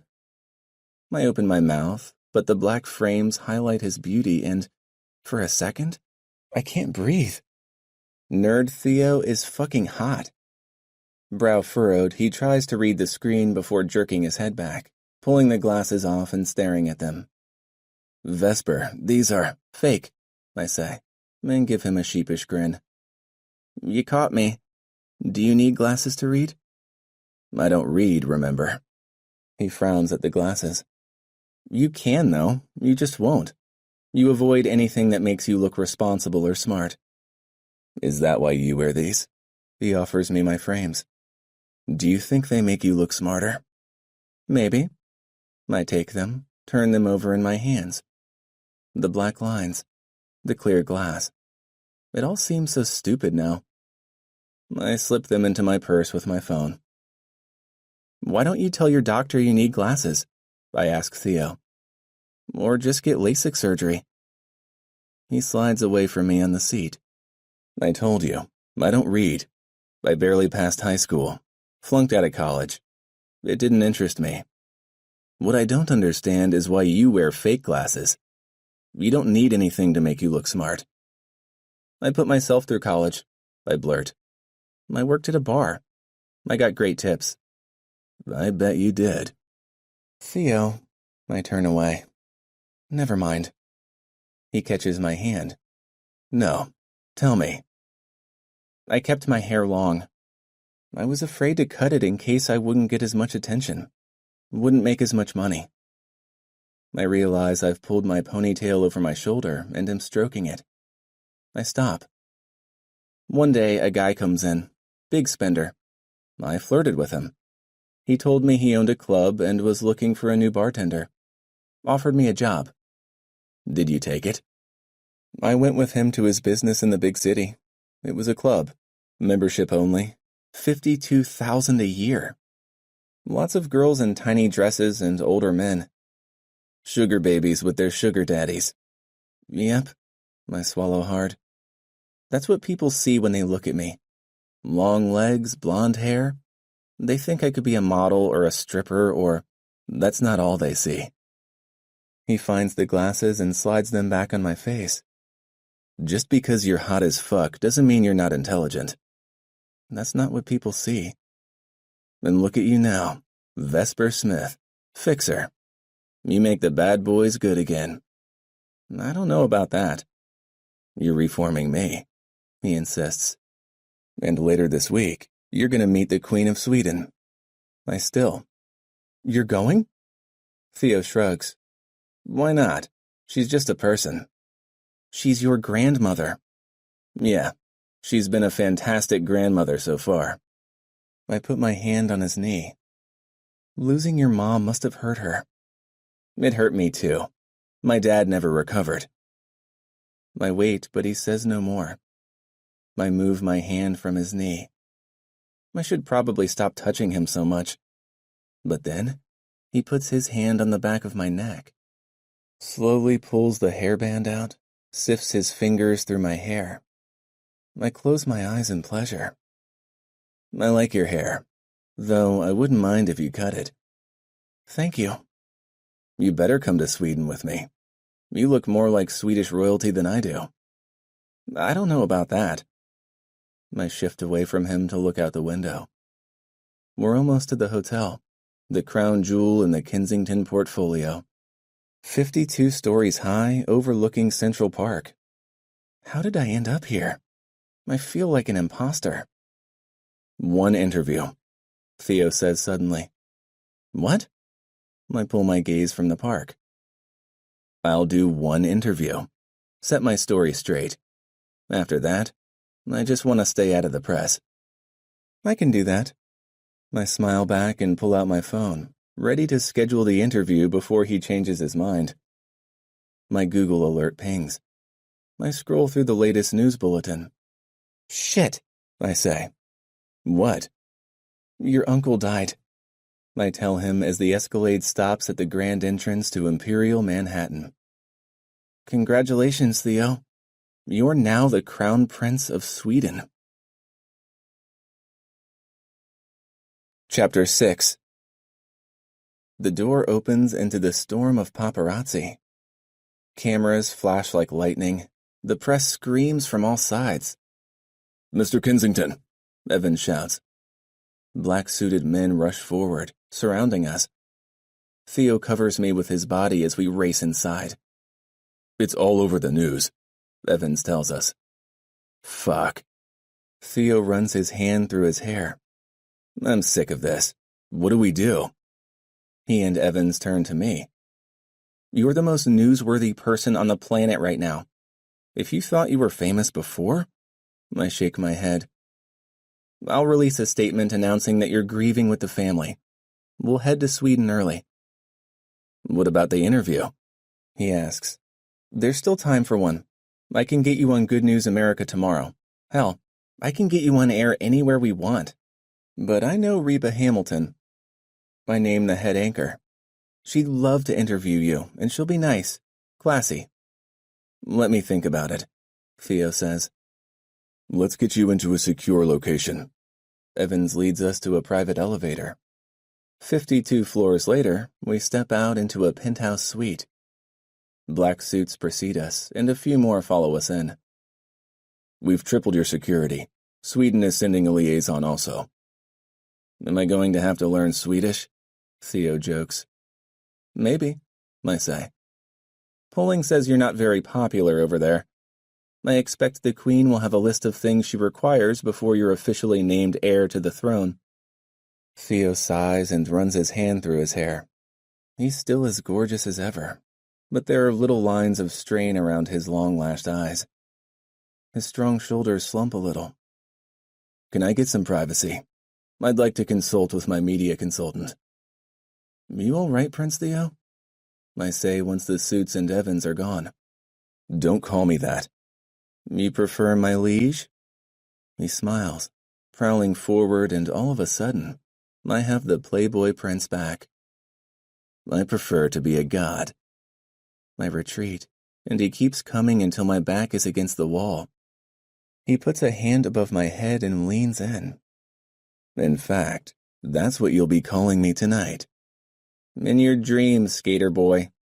I duck under his arm and escape. So, the interview? Did you change your mind? He's still at the wall, leaning against it, staring at nothing. Theo? Have dinner with me. He straightens, but still doesn't look at me. His shoulders hunch slightly. What? He looks at me, and every muscle in me clenches with need at the longing in his eyes. Have dinner with me, Vesper. Why? I whisper. Today, volunteering. Did you have fun? I guess. His change of mood from sexy to serious is giving me whiplash. Almost like the real Theo is trying to break free and seduce me at the same time. You looked like you were having fun. I did. I mean, all the people wanting pictures with you were annoying. Since when do you not want pictures of me? You just didn't like the hot moms. They were not hot moms, I burst out. Those yoga pants were way too tight. He grins at me. All right, I had fun. Have dinner with me. You can say it's for work. Get to know the real me. For work? Just a moment ago you said you wanted me in your bed. I want you calling me a god. It doesn't have to be in bed. I groan. Hey, you represent my dick as much as me. You may as well try it out. This is the weirdest conversation I've ever had. I throw up my hands. Fine. You want dinner with me? Do the interview tomorrow. Sold, he says. And I realize I've been played. Too late. He's going to the door, calling Evans back in. I spend the next few hours confirming the interview for tomorrow, crafting and issuing a statement, and debriefing Evans and Theo. Your private plane is on standby, Evans says. We can fly out to Sweden whenever you're ready. Tomorrow night, I say. Let's get to Stockholm and get over jet lag before the audience. Theo nods, rubbing a hand over his face. He's changed out of his volunteer shirt into a polo and shorts. Evans brought my bags by the penthouse so I could freshen up.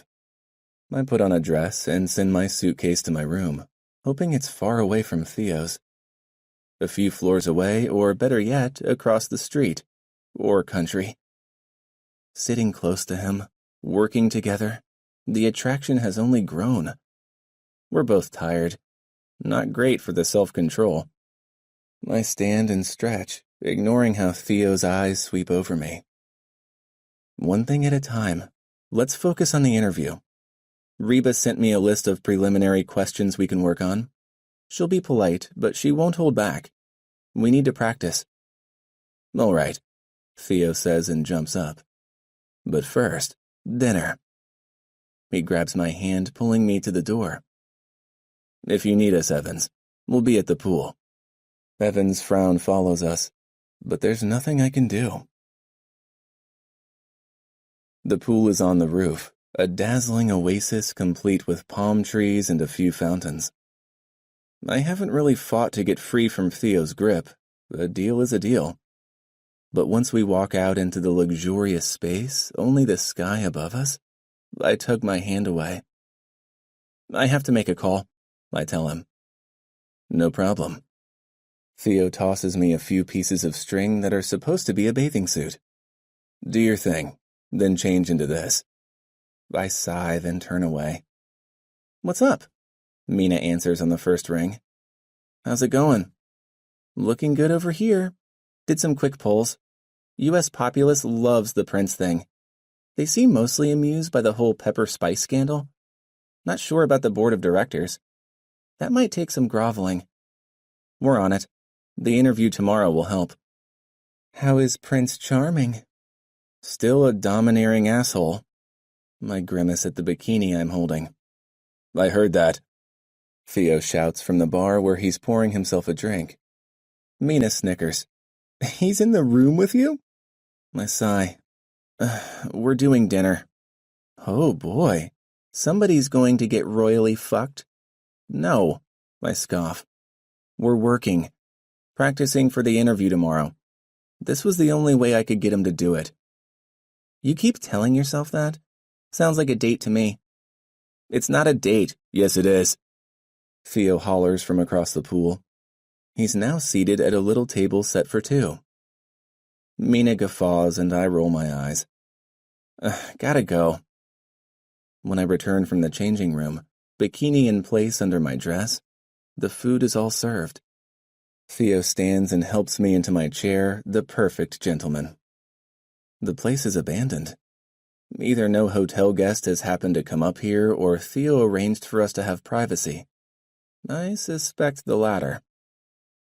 Theo lifts the cover off my plate, and the delicious smell hits my face. My stomach growls. We fall on the food. This is nice, I say after I've cleaned my plate.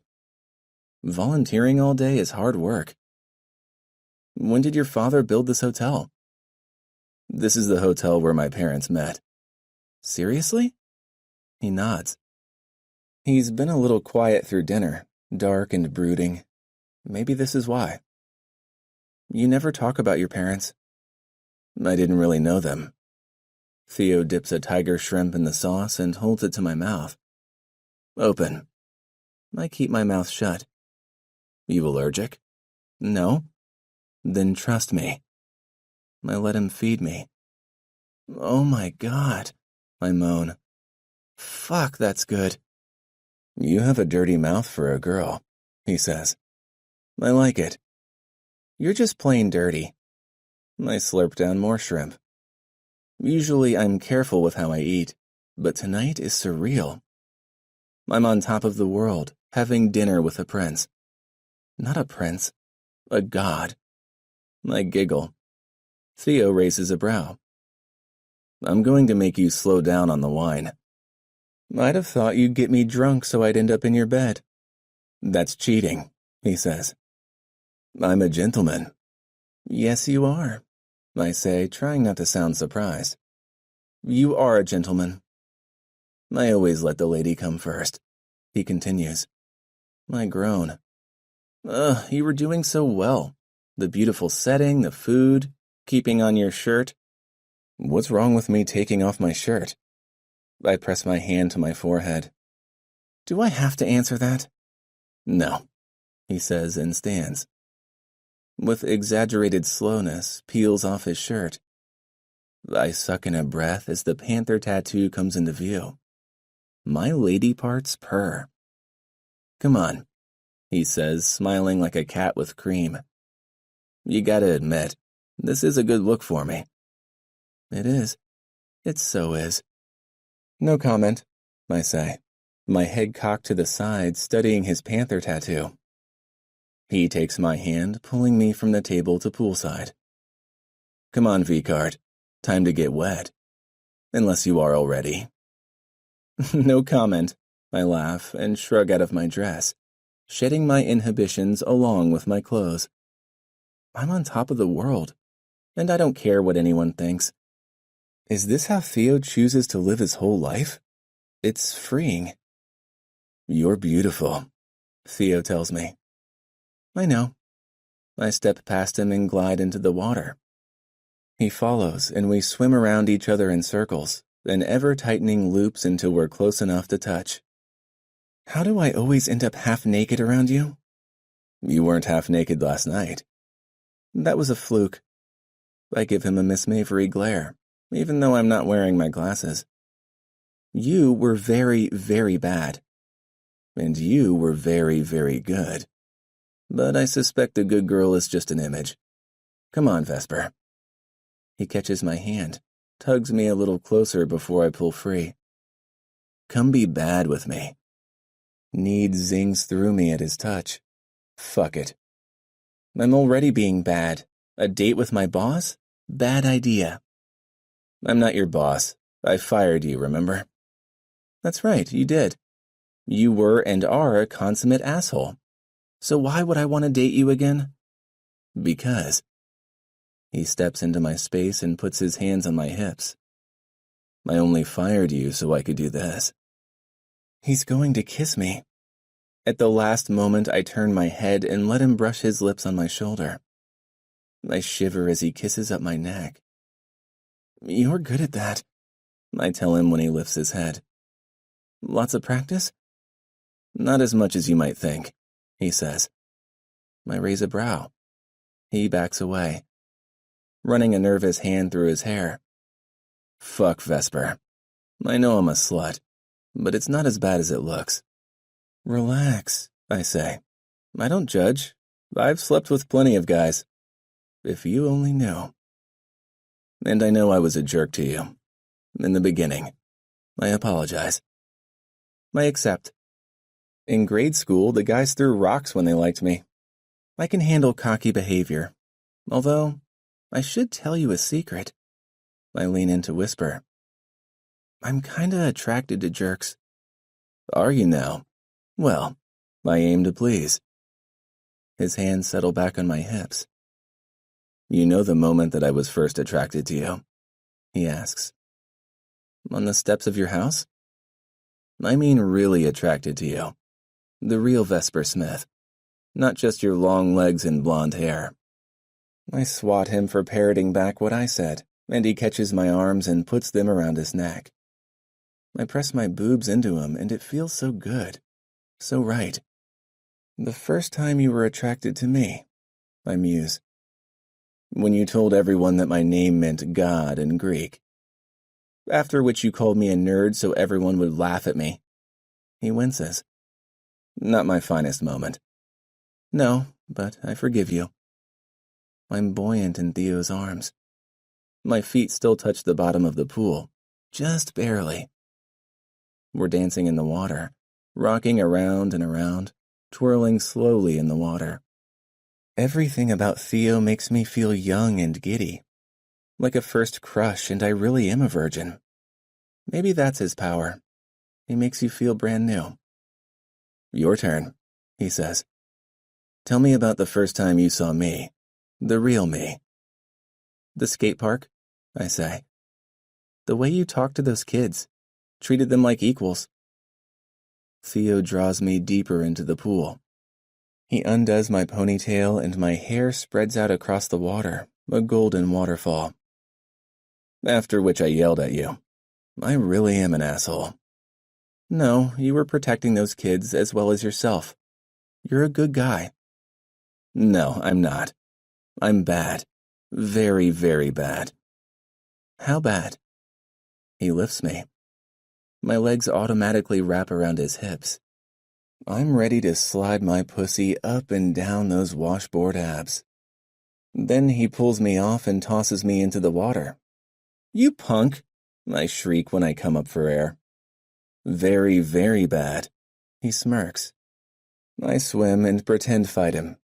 He's too big and too strong, and wrestles me so my back is at his front. Let me go!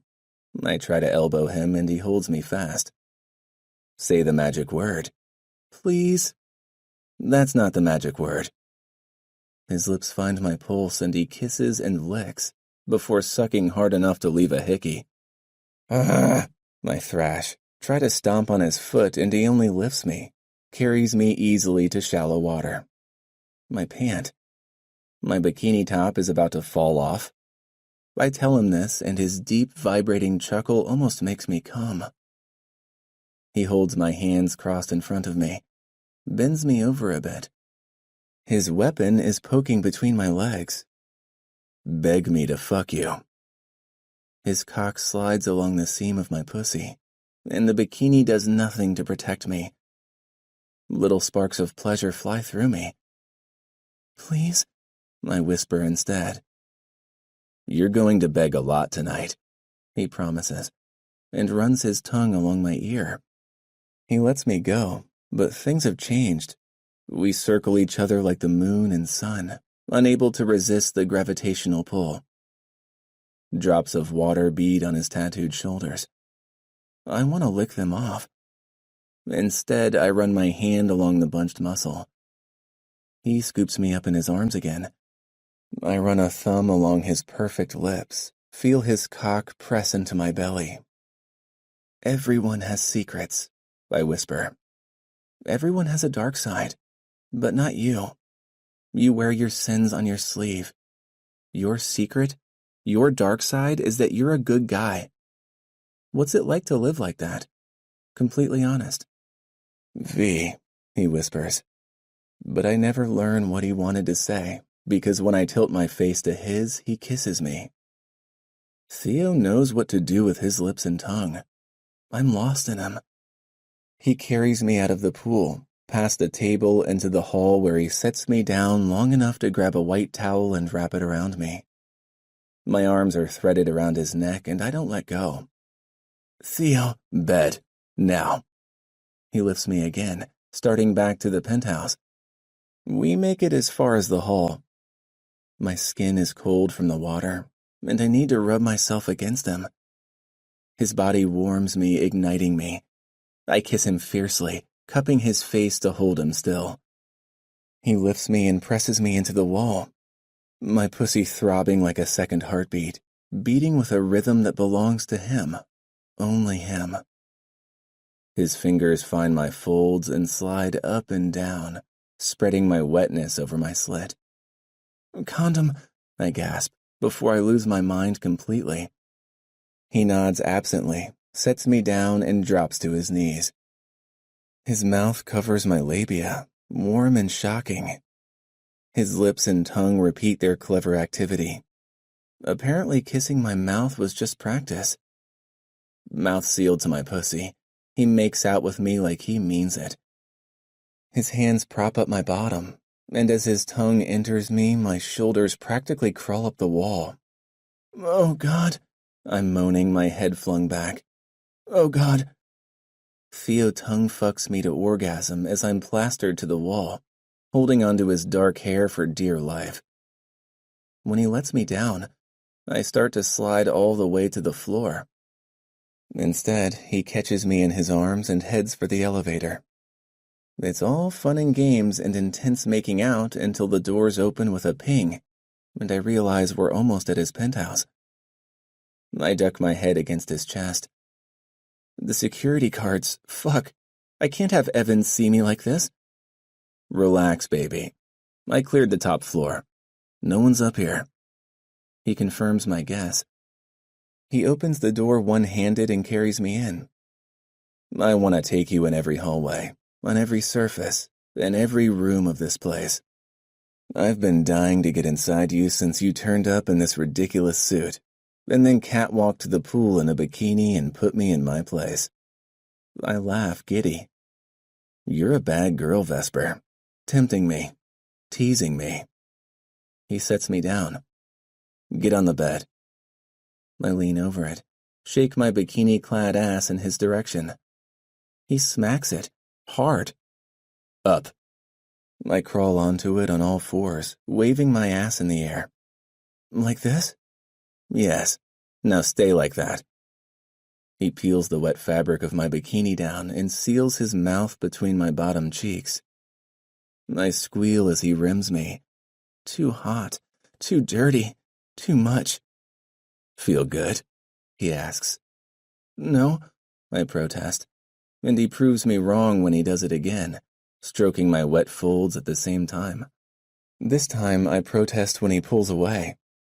This is mine tonight. He grabs a hold of my right bottom cheek and squeezes before smacking it again hard. I'm going to fuck you any way I want.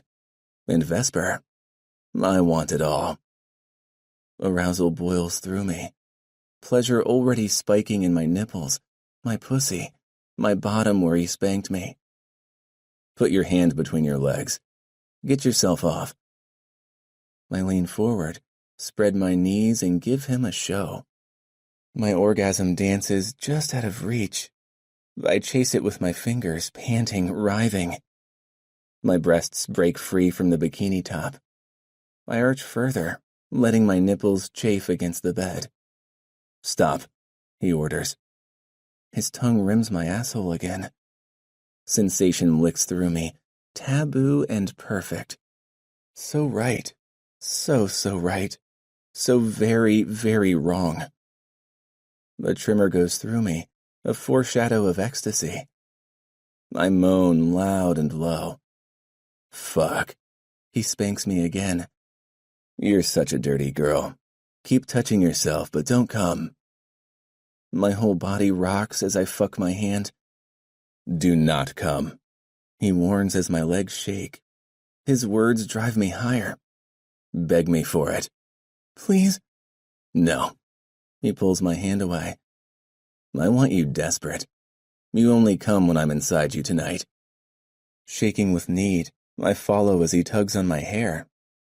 He pulls me around to where he kneels on the bed, his cock bobbing in front of my face.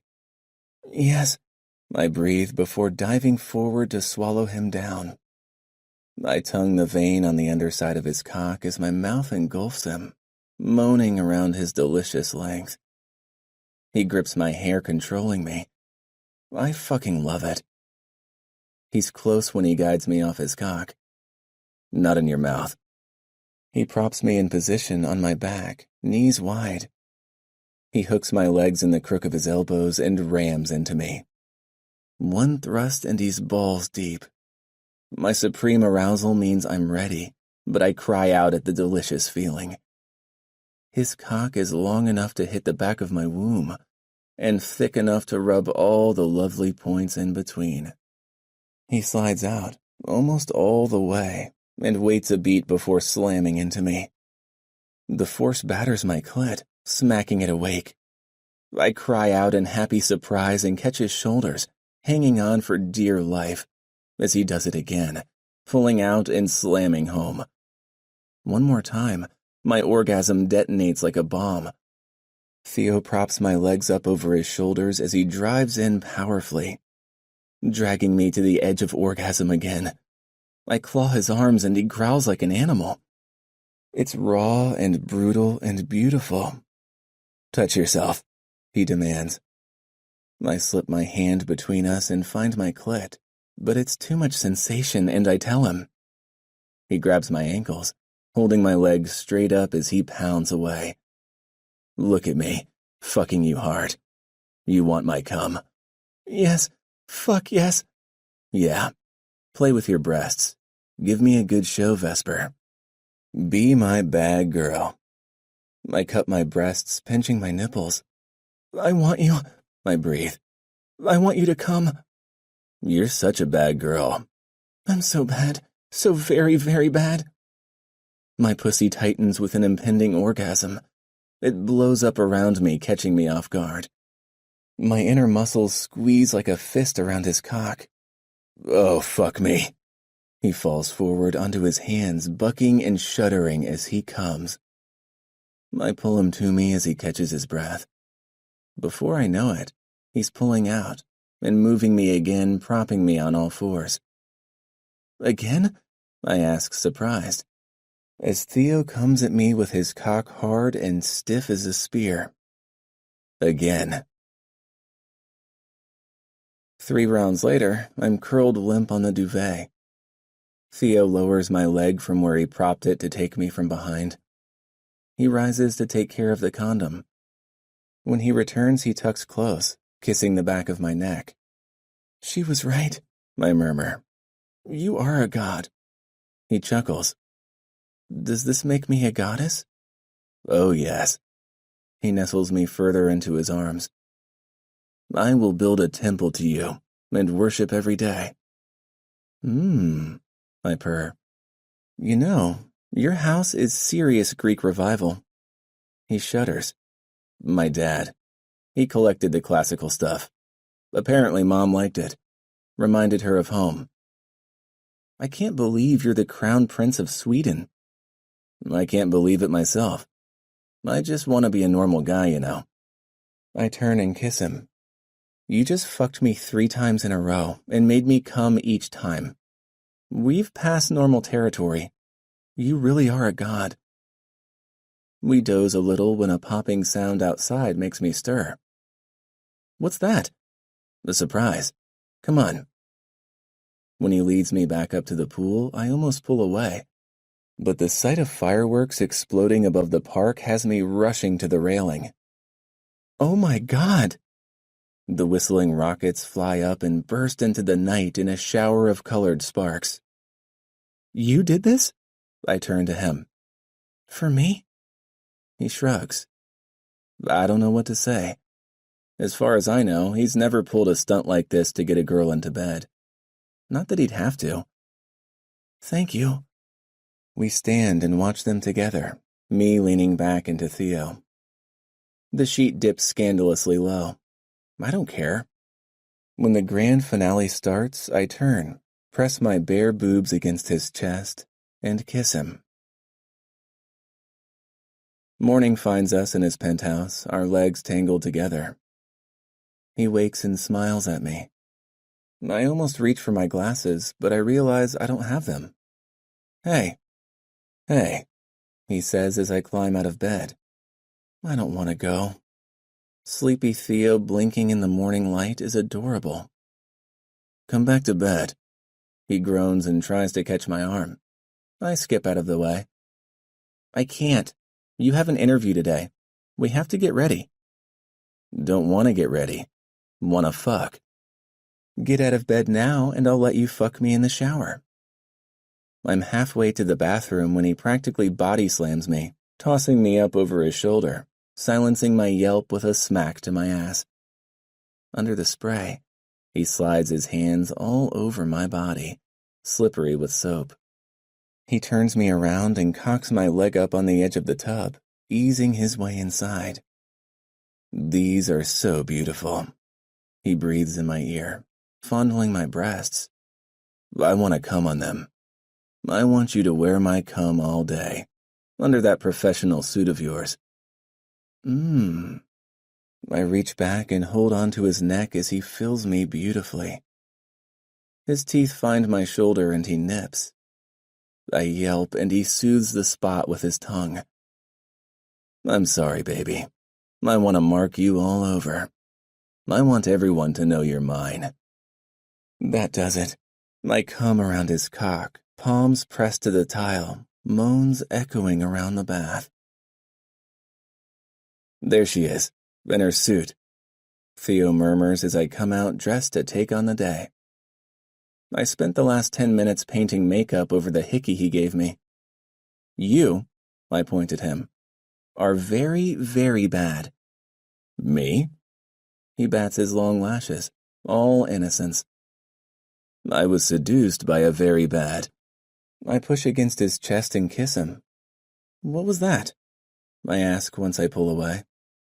"No comment." Good boy. I have to go check in with Evans. Meet you here in an hour, okay? I pause at the door. No running, no commandeering a hot rod to joyride through Manhattan. And for the love of all things proper, keep your shirt on. If I do, what's in it for me? I'll let you come on me, while wearing the suit.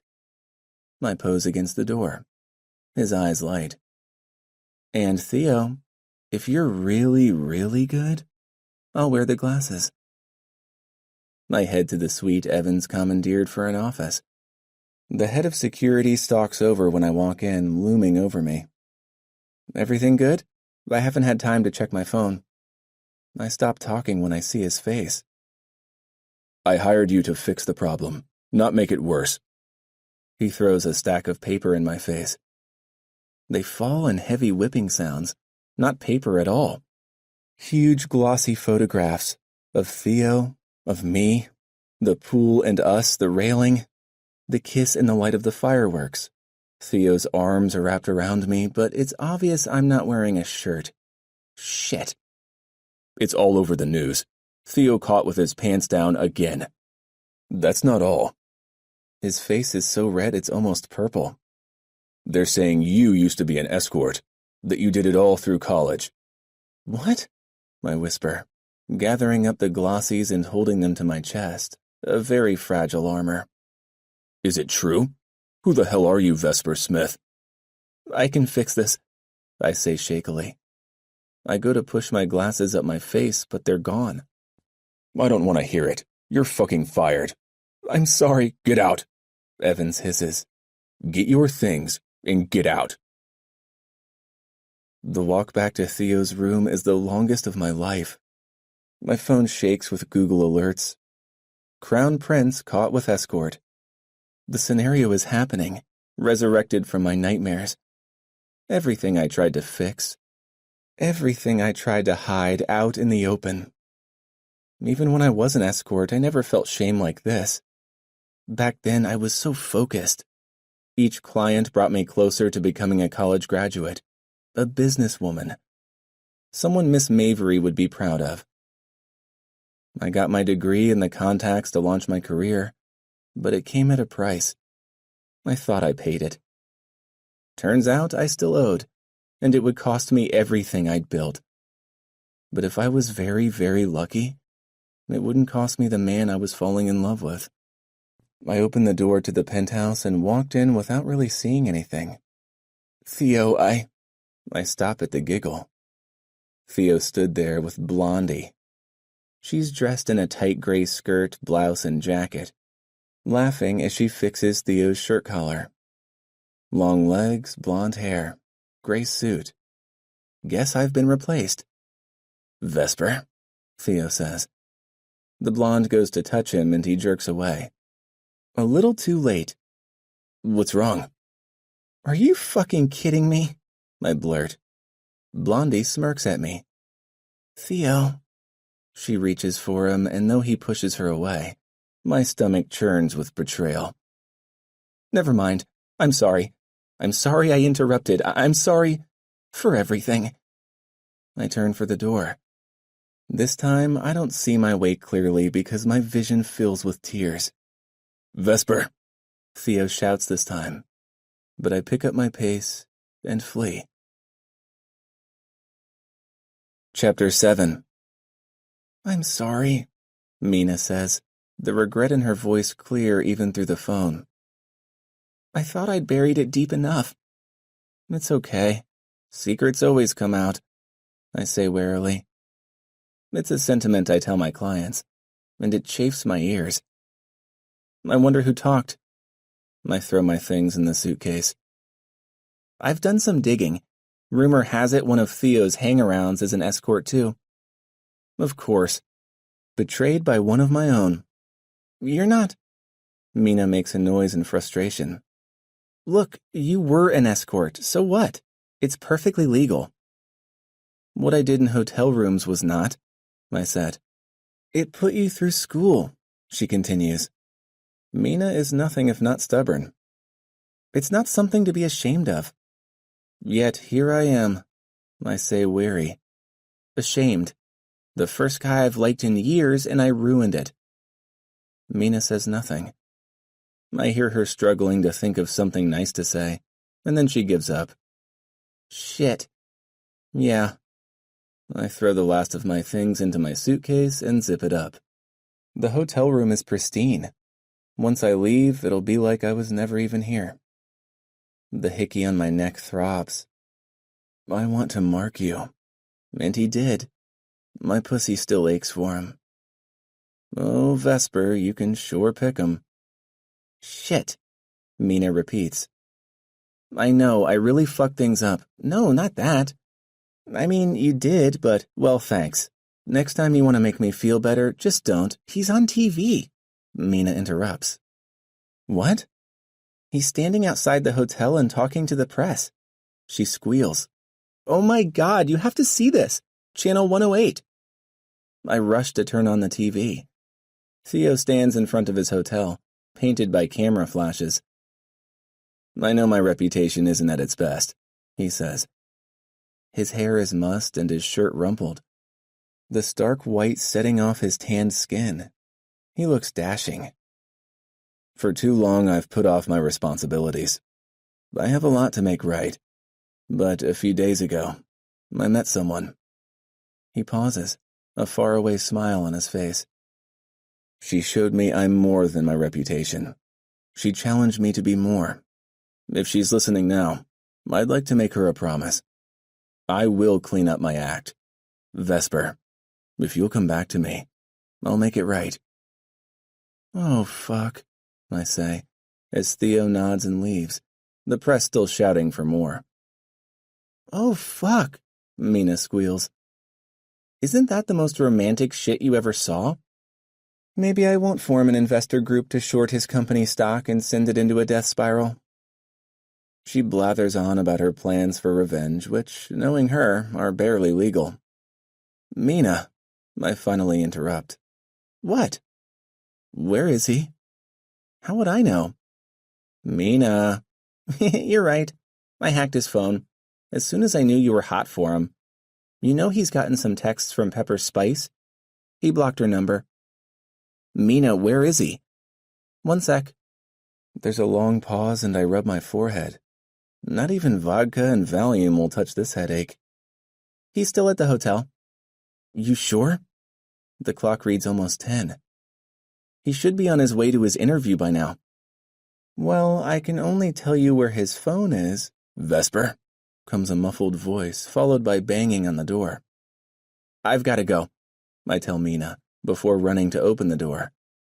Theo bursts in. His big body crowds me back. Theo, what are you doing? You're missing your interview. Fuck the interview. He pulls me into his arms. I don't want to talk to those people. I want to be with you. You're the only one who sees me. His mouth claims mine, lighting me up with an electric kiss. I break it off, even though it physically hurts to do it. You can't be here, I say to his throat. You can't be seen with me. Because you were an escort? Yes, I don't care. He kisses me again, separating only to murmur. I don't care about any of that.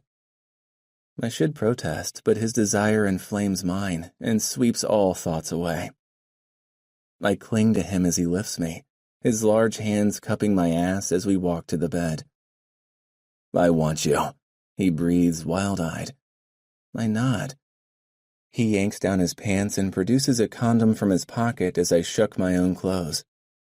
As soon as he rolls it on, he sits on the bed and I straddle him, sinking slowly onto his thick shaft. Once he's sheathed inside me, my hips rock, my mind blanking as I ride him.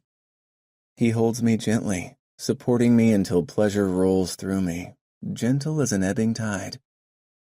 I gasp, calling his name. My turn. He growls and grips my hips. I cry out as he drives into me.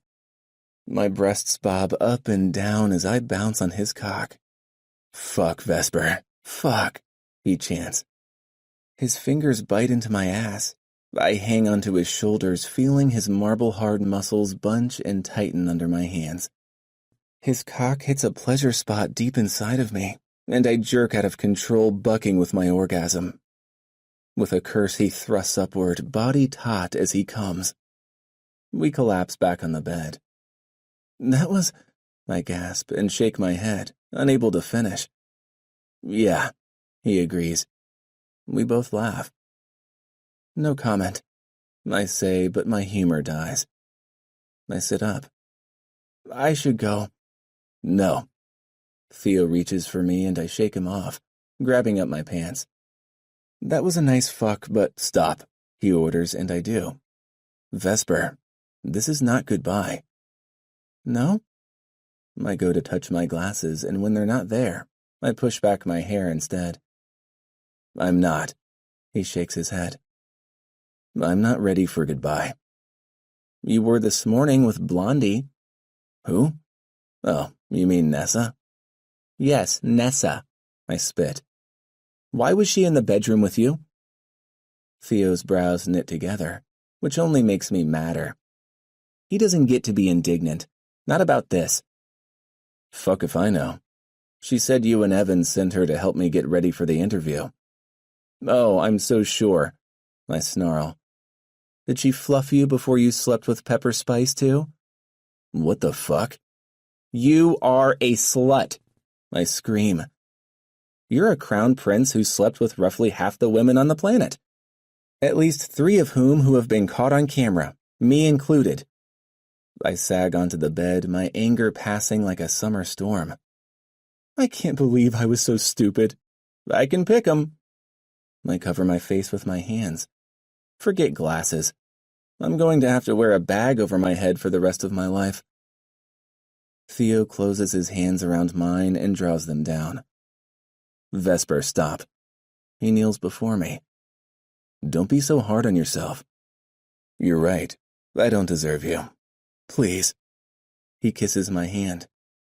Please just give me a chance. It's not going to work. The press is right. I was an escort before I got my degree. That private club I told you about? That's where I met my clients. One of them got me my first internship that turned into a job. Vesper, I don't care. The world does. The board of your father's company does. I bet your grandmother does. You can't just stride into Sweden with me on your arm. It doesn't work like that. My throat burns from holding back tears. I'm sorry I lied to you. I'm sorry. If it wasn't for me, they wouldn't have dug it up.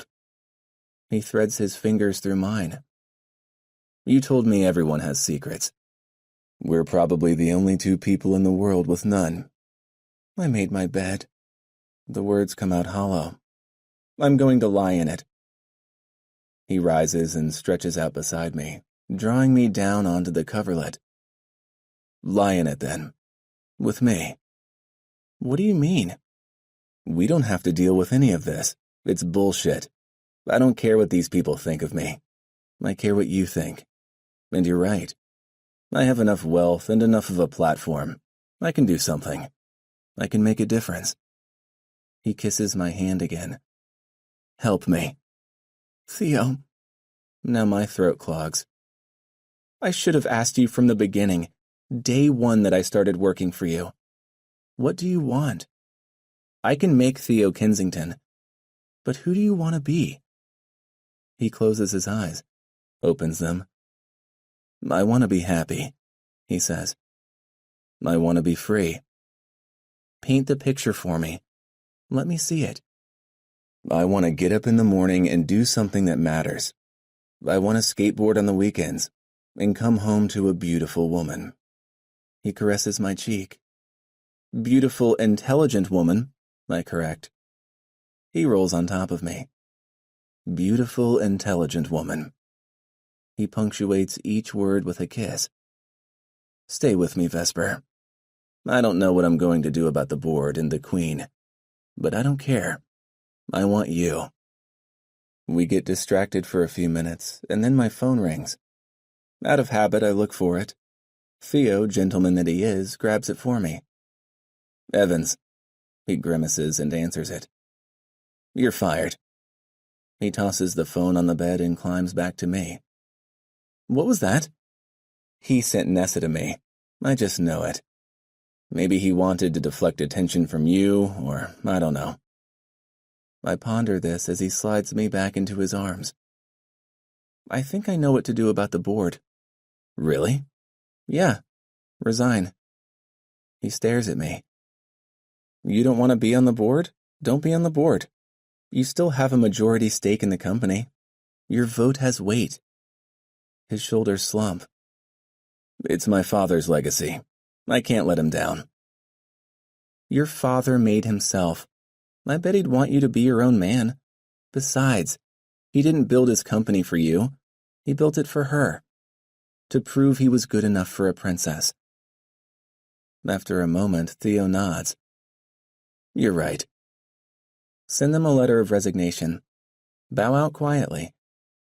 Tell them you want to focus on your volunteer efforts, which is true. If in a few years you change your mind, you can petition for reinstatement. A slow smile spreads across his face. You gonna solve all my life's problems for me, smart girl? Probably, I answer. Give me a few minutes. We laugh. What about Sweden? He asks. What do you want to do about Sweden? You think I can get away with blowing off an audience with a queen? I wouldn't advise it, but what do you want? I want to go, he says after a pause. It would mean a lot to my mother if she were alive. I want to make peace with her family. For her. Alrighty then. I grab my phone and sit up. Let's go see the Queen. On his private plane, Theo lounges beside me, worrying the long sleeves of his dress shirt. He rolled them up just enough to show the black edges of one tattoo. Miss Mavery would make him wear it properly, but I think he looks hot. He slides down in his seat, long legs splayed. I flick his thigh. Ow. The Queen will not appreciate your man spread. Fucking A. Or cursing. Or slouching. All right. He sits up. Motherfucking Henry Higgins around here. I know that reference, watch it. I waggle a finger before opening my laptop to check on things. My stomach still clenches at the thought of checking social media, so I go straight to my email. There's one from Mina with only the message, 007 requesting contact. Can I make a phone call? I move to the seat with the phone near it. The stewardess helps me dial out. Mina answers on the first ring. I took the liberty of contacting some of your old friends. Well, your old clients. I don't know if you'd call them friends. My stomach plummets to my knees. You didn't. Yes, and they were very interested in keeping your reputation intact. They like to keep things private, as you know. You didn't, I repeat, feeling sick and giddy at the same time, like I'm flying through the air without the airplane. The story is pretty much being hushed up. It's overshadowed by all the royal prince stuff anyway. The spotlight won't swing again to you, and if it does, all the press will see is a beautiful woman who worked to put herself through college. The reports of you being an escort are greatly exaggerated. I mean, smart people will know, but you're not going to have people calling you a whore on national television. It's all wink wink, nod nod, hush hush. I clutch the edge of the seat, trying to make sense of her babbling. Are you okay? Theo mouths at me. I nod, not sure whether I should cry or whoop with triumph. Calling my old clients is a bold move, but Mina's right. A lot of them are very powerful and still care for me. I would never reach out to them, so Mina did it for me. I could cry, she's such a good friend. I also could kill her. Mina is still prattling on. I'm not sure we can destigmatize sex work with one press conference, so it's the best I could do. Honestly, V, you should be fine. You're going to Amsterdam, right? Sweden. Close enough. I mean, all those European countries are so close together. Holland to Sweden is like me driving to New Jersey. And they don't have a problem with sex work like we do in America. In Holland, I mean, not New Jersey. Not that you were a sex worker, but we all know what escorts really do. Mina, I cut in. Thank you. What you did was genius. Just, please, stop trying to make me feel better. Mina blows into the phone as she sighs in relief. Thank fuck. This empathetic shit is hard. I really appreciate it. Let me know what else I can do. I'm on standby, ready to destroy your enemies. That won't be necessary. Well, if it is, I'll be all over it. I'm here for you. We say goodbye and she hangs up. I set the phone down, my hand trembling a little. Vesper. Theo watches me concerned. It's handled, I whisper and clear my throat. My past? My reputation? We've done as much damage control as we can do. It's handled. Do I want to know how? No. I press my fingers to my lips, wishing I could hold everything in. But I'll tell you if you want. He slides from his seat and comes to sit beside me. It doesn't matter. He takes my hand and kisses it. He's been doing that a lot. Maybe a playboy can turn into Prince Charming. Theo keeps a hand on my back as we walk into the Stockholm Palace. The massive building is the official royal residence. There are 3 floors and 1,430 rooms, our guide intones, done in a Baroque style. As we walk through the gilded rooms, I catch a glimpse of a nymph statue, cavorting under the grim stare of some important Swedish dude's portrait. Looks familiar. This place is gorgeous, I whisper. I can't imagine ever wanting to leave. Stockholm Syndrome, he says with a completely straight face. I'd elbow him in the ribs, but I don't want to get beheaded for assaulting a prince. Theo and I spent all night researching as much as we can about royal protocol. We only got through several centuries worth, but I'm confident we can get through this royal audience without a major gaffe, like starting a war. I hope. The guide leaves us in a room with vaulted ceilings and polished parquet floors. Nervous? I whisper. He answers with a huff that could be yes or no. You'll be fine. You look so handsome. And he does. The doors open. We both turn as an entourage enters, led by a steely-haired woman with dark eyes. Grandmother, he bows. Theodore, she says in perfect English with a slight British accent and offers her cheek. He kisses it lightly. There's no hug or warm greetings, but it's okay. It's a start. Theo steps aside and draws me forward. Allow me to present my media specialist and the smartest woman I know, Vesper Smith, my girlfriend. The Queen raises an eyebrow, looking like her grandson except for a poker face that would make Miss Mavery proud. How do you do? I curtsy to the Queen. Her eyes narrow. This is it. The next words out of her mouth will either accept me or make it clear I'm not welcome. Theo's hand tightens around mine. I'm not going to let you go, he told me. Nothing matters, as long as we're together. So, this is the woman who brought my grandson back to me. Yes, grandmother. I wouldn't be here without Vesper. She convinced me we should meet and have a relationship. I'd like to try. It has been too long, far too long, and entirely my fault. When your mother left, I listened to my advisors. They told me to cut her off, to retain the respect of the realm.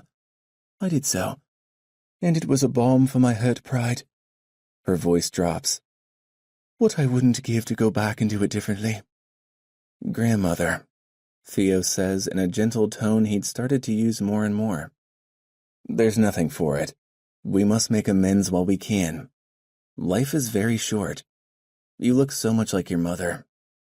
Theo takes the Queen's hand and squeezes it. Are there tears glittering in the monarch's eyes? The Queen clears her throat, becoming imposingly regal once more. But Theo keeps his tender expression. As for swaying public opinion, maybe your girlfriend will have some ideas about that. I'm sure she does, Theo says. She's brilliant. Queen and Prince turn to me with matching smiles. Miss Mavery, if you could see me now.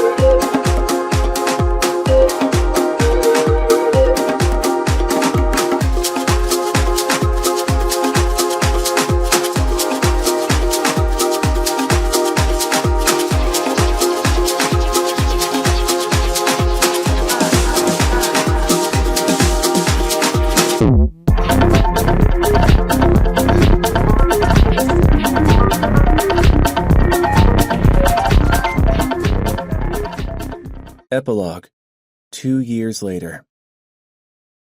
We're going to be late, I say, breathless. I don't care. I never did stand on ceremony. Theo grips my hand tighter. We rush past the paintings of solemn Swedish kings. After 2 years of regular visits to the palace, I can name almost all of them now. In here, Theo pulls me into an alcove. Gold leaf glitters in the wallpaper, but it's pretty modestly decorated overall. At least there aren't nymphs romping. Not that there need be. Theo has made it his life's mission to chase me down each and every hall after hours and have his way with me. I still get a thrill whenever I see an original glimpse hanging in the gold room. Theo did things to me under the famous painting that would make a porn star blush. My dress twitches up. I whirl and smack his hand. Not now. There are people around. Tourists. Not today. They cleared the place out for the wedding. I've always wanted to do you here. He kisses me, and I forget why I was arguing. While he distracts me with lips and tongue, he backs me against a divan.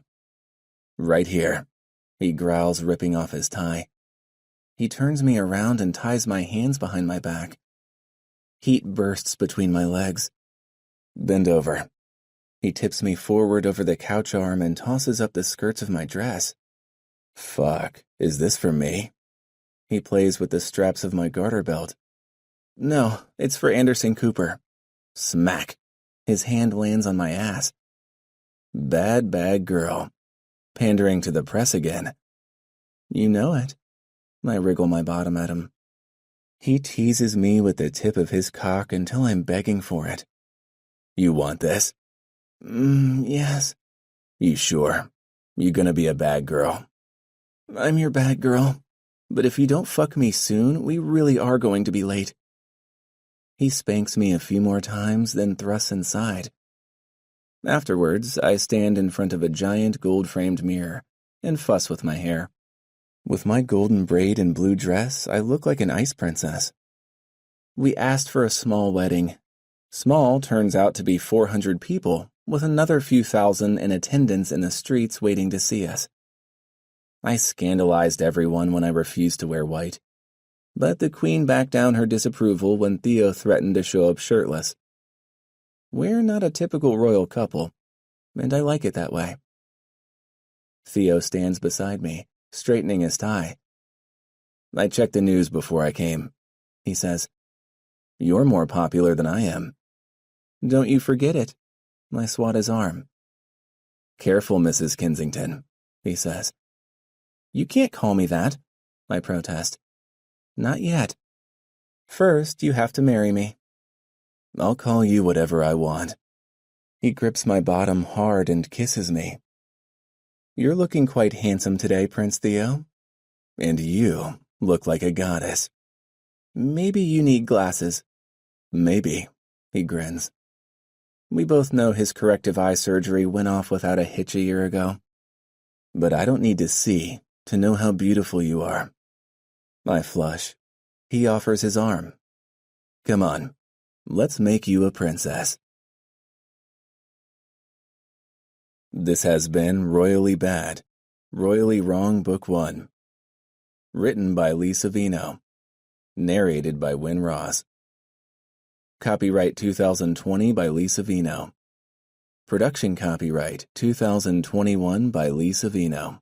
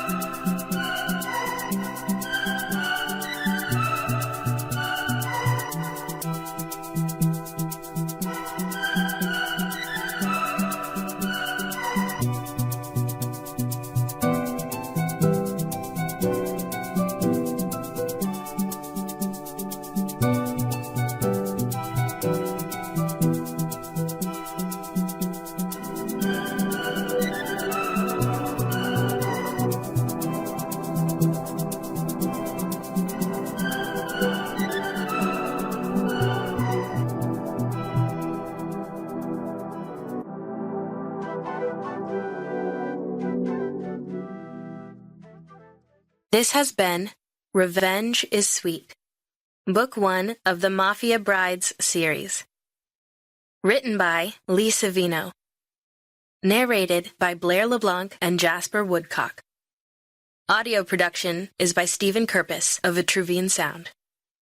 Copyright 2022 by Silverwood Press. Production copyright by Lee Savino. For more information on audiobook production, please contact info@vitruviansound.com.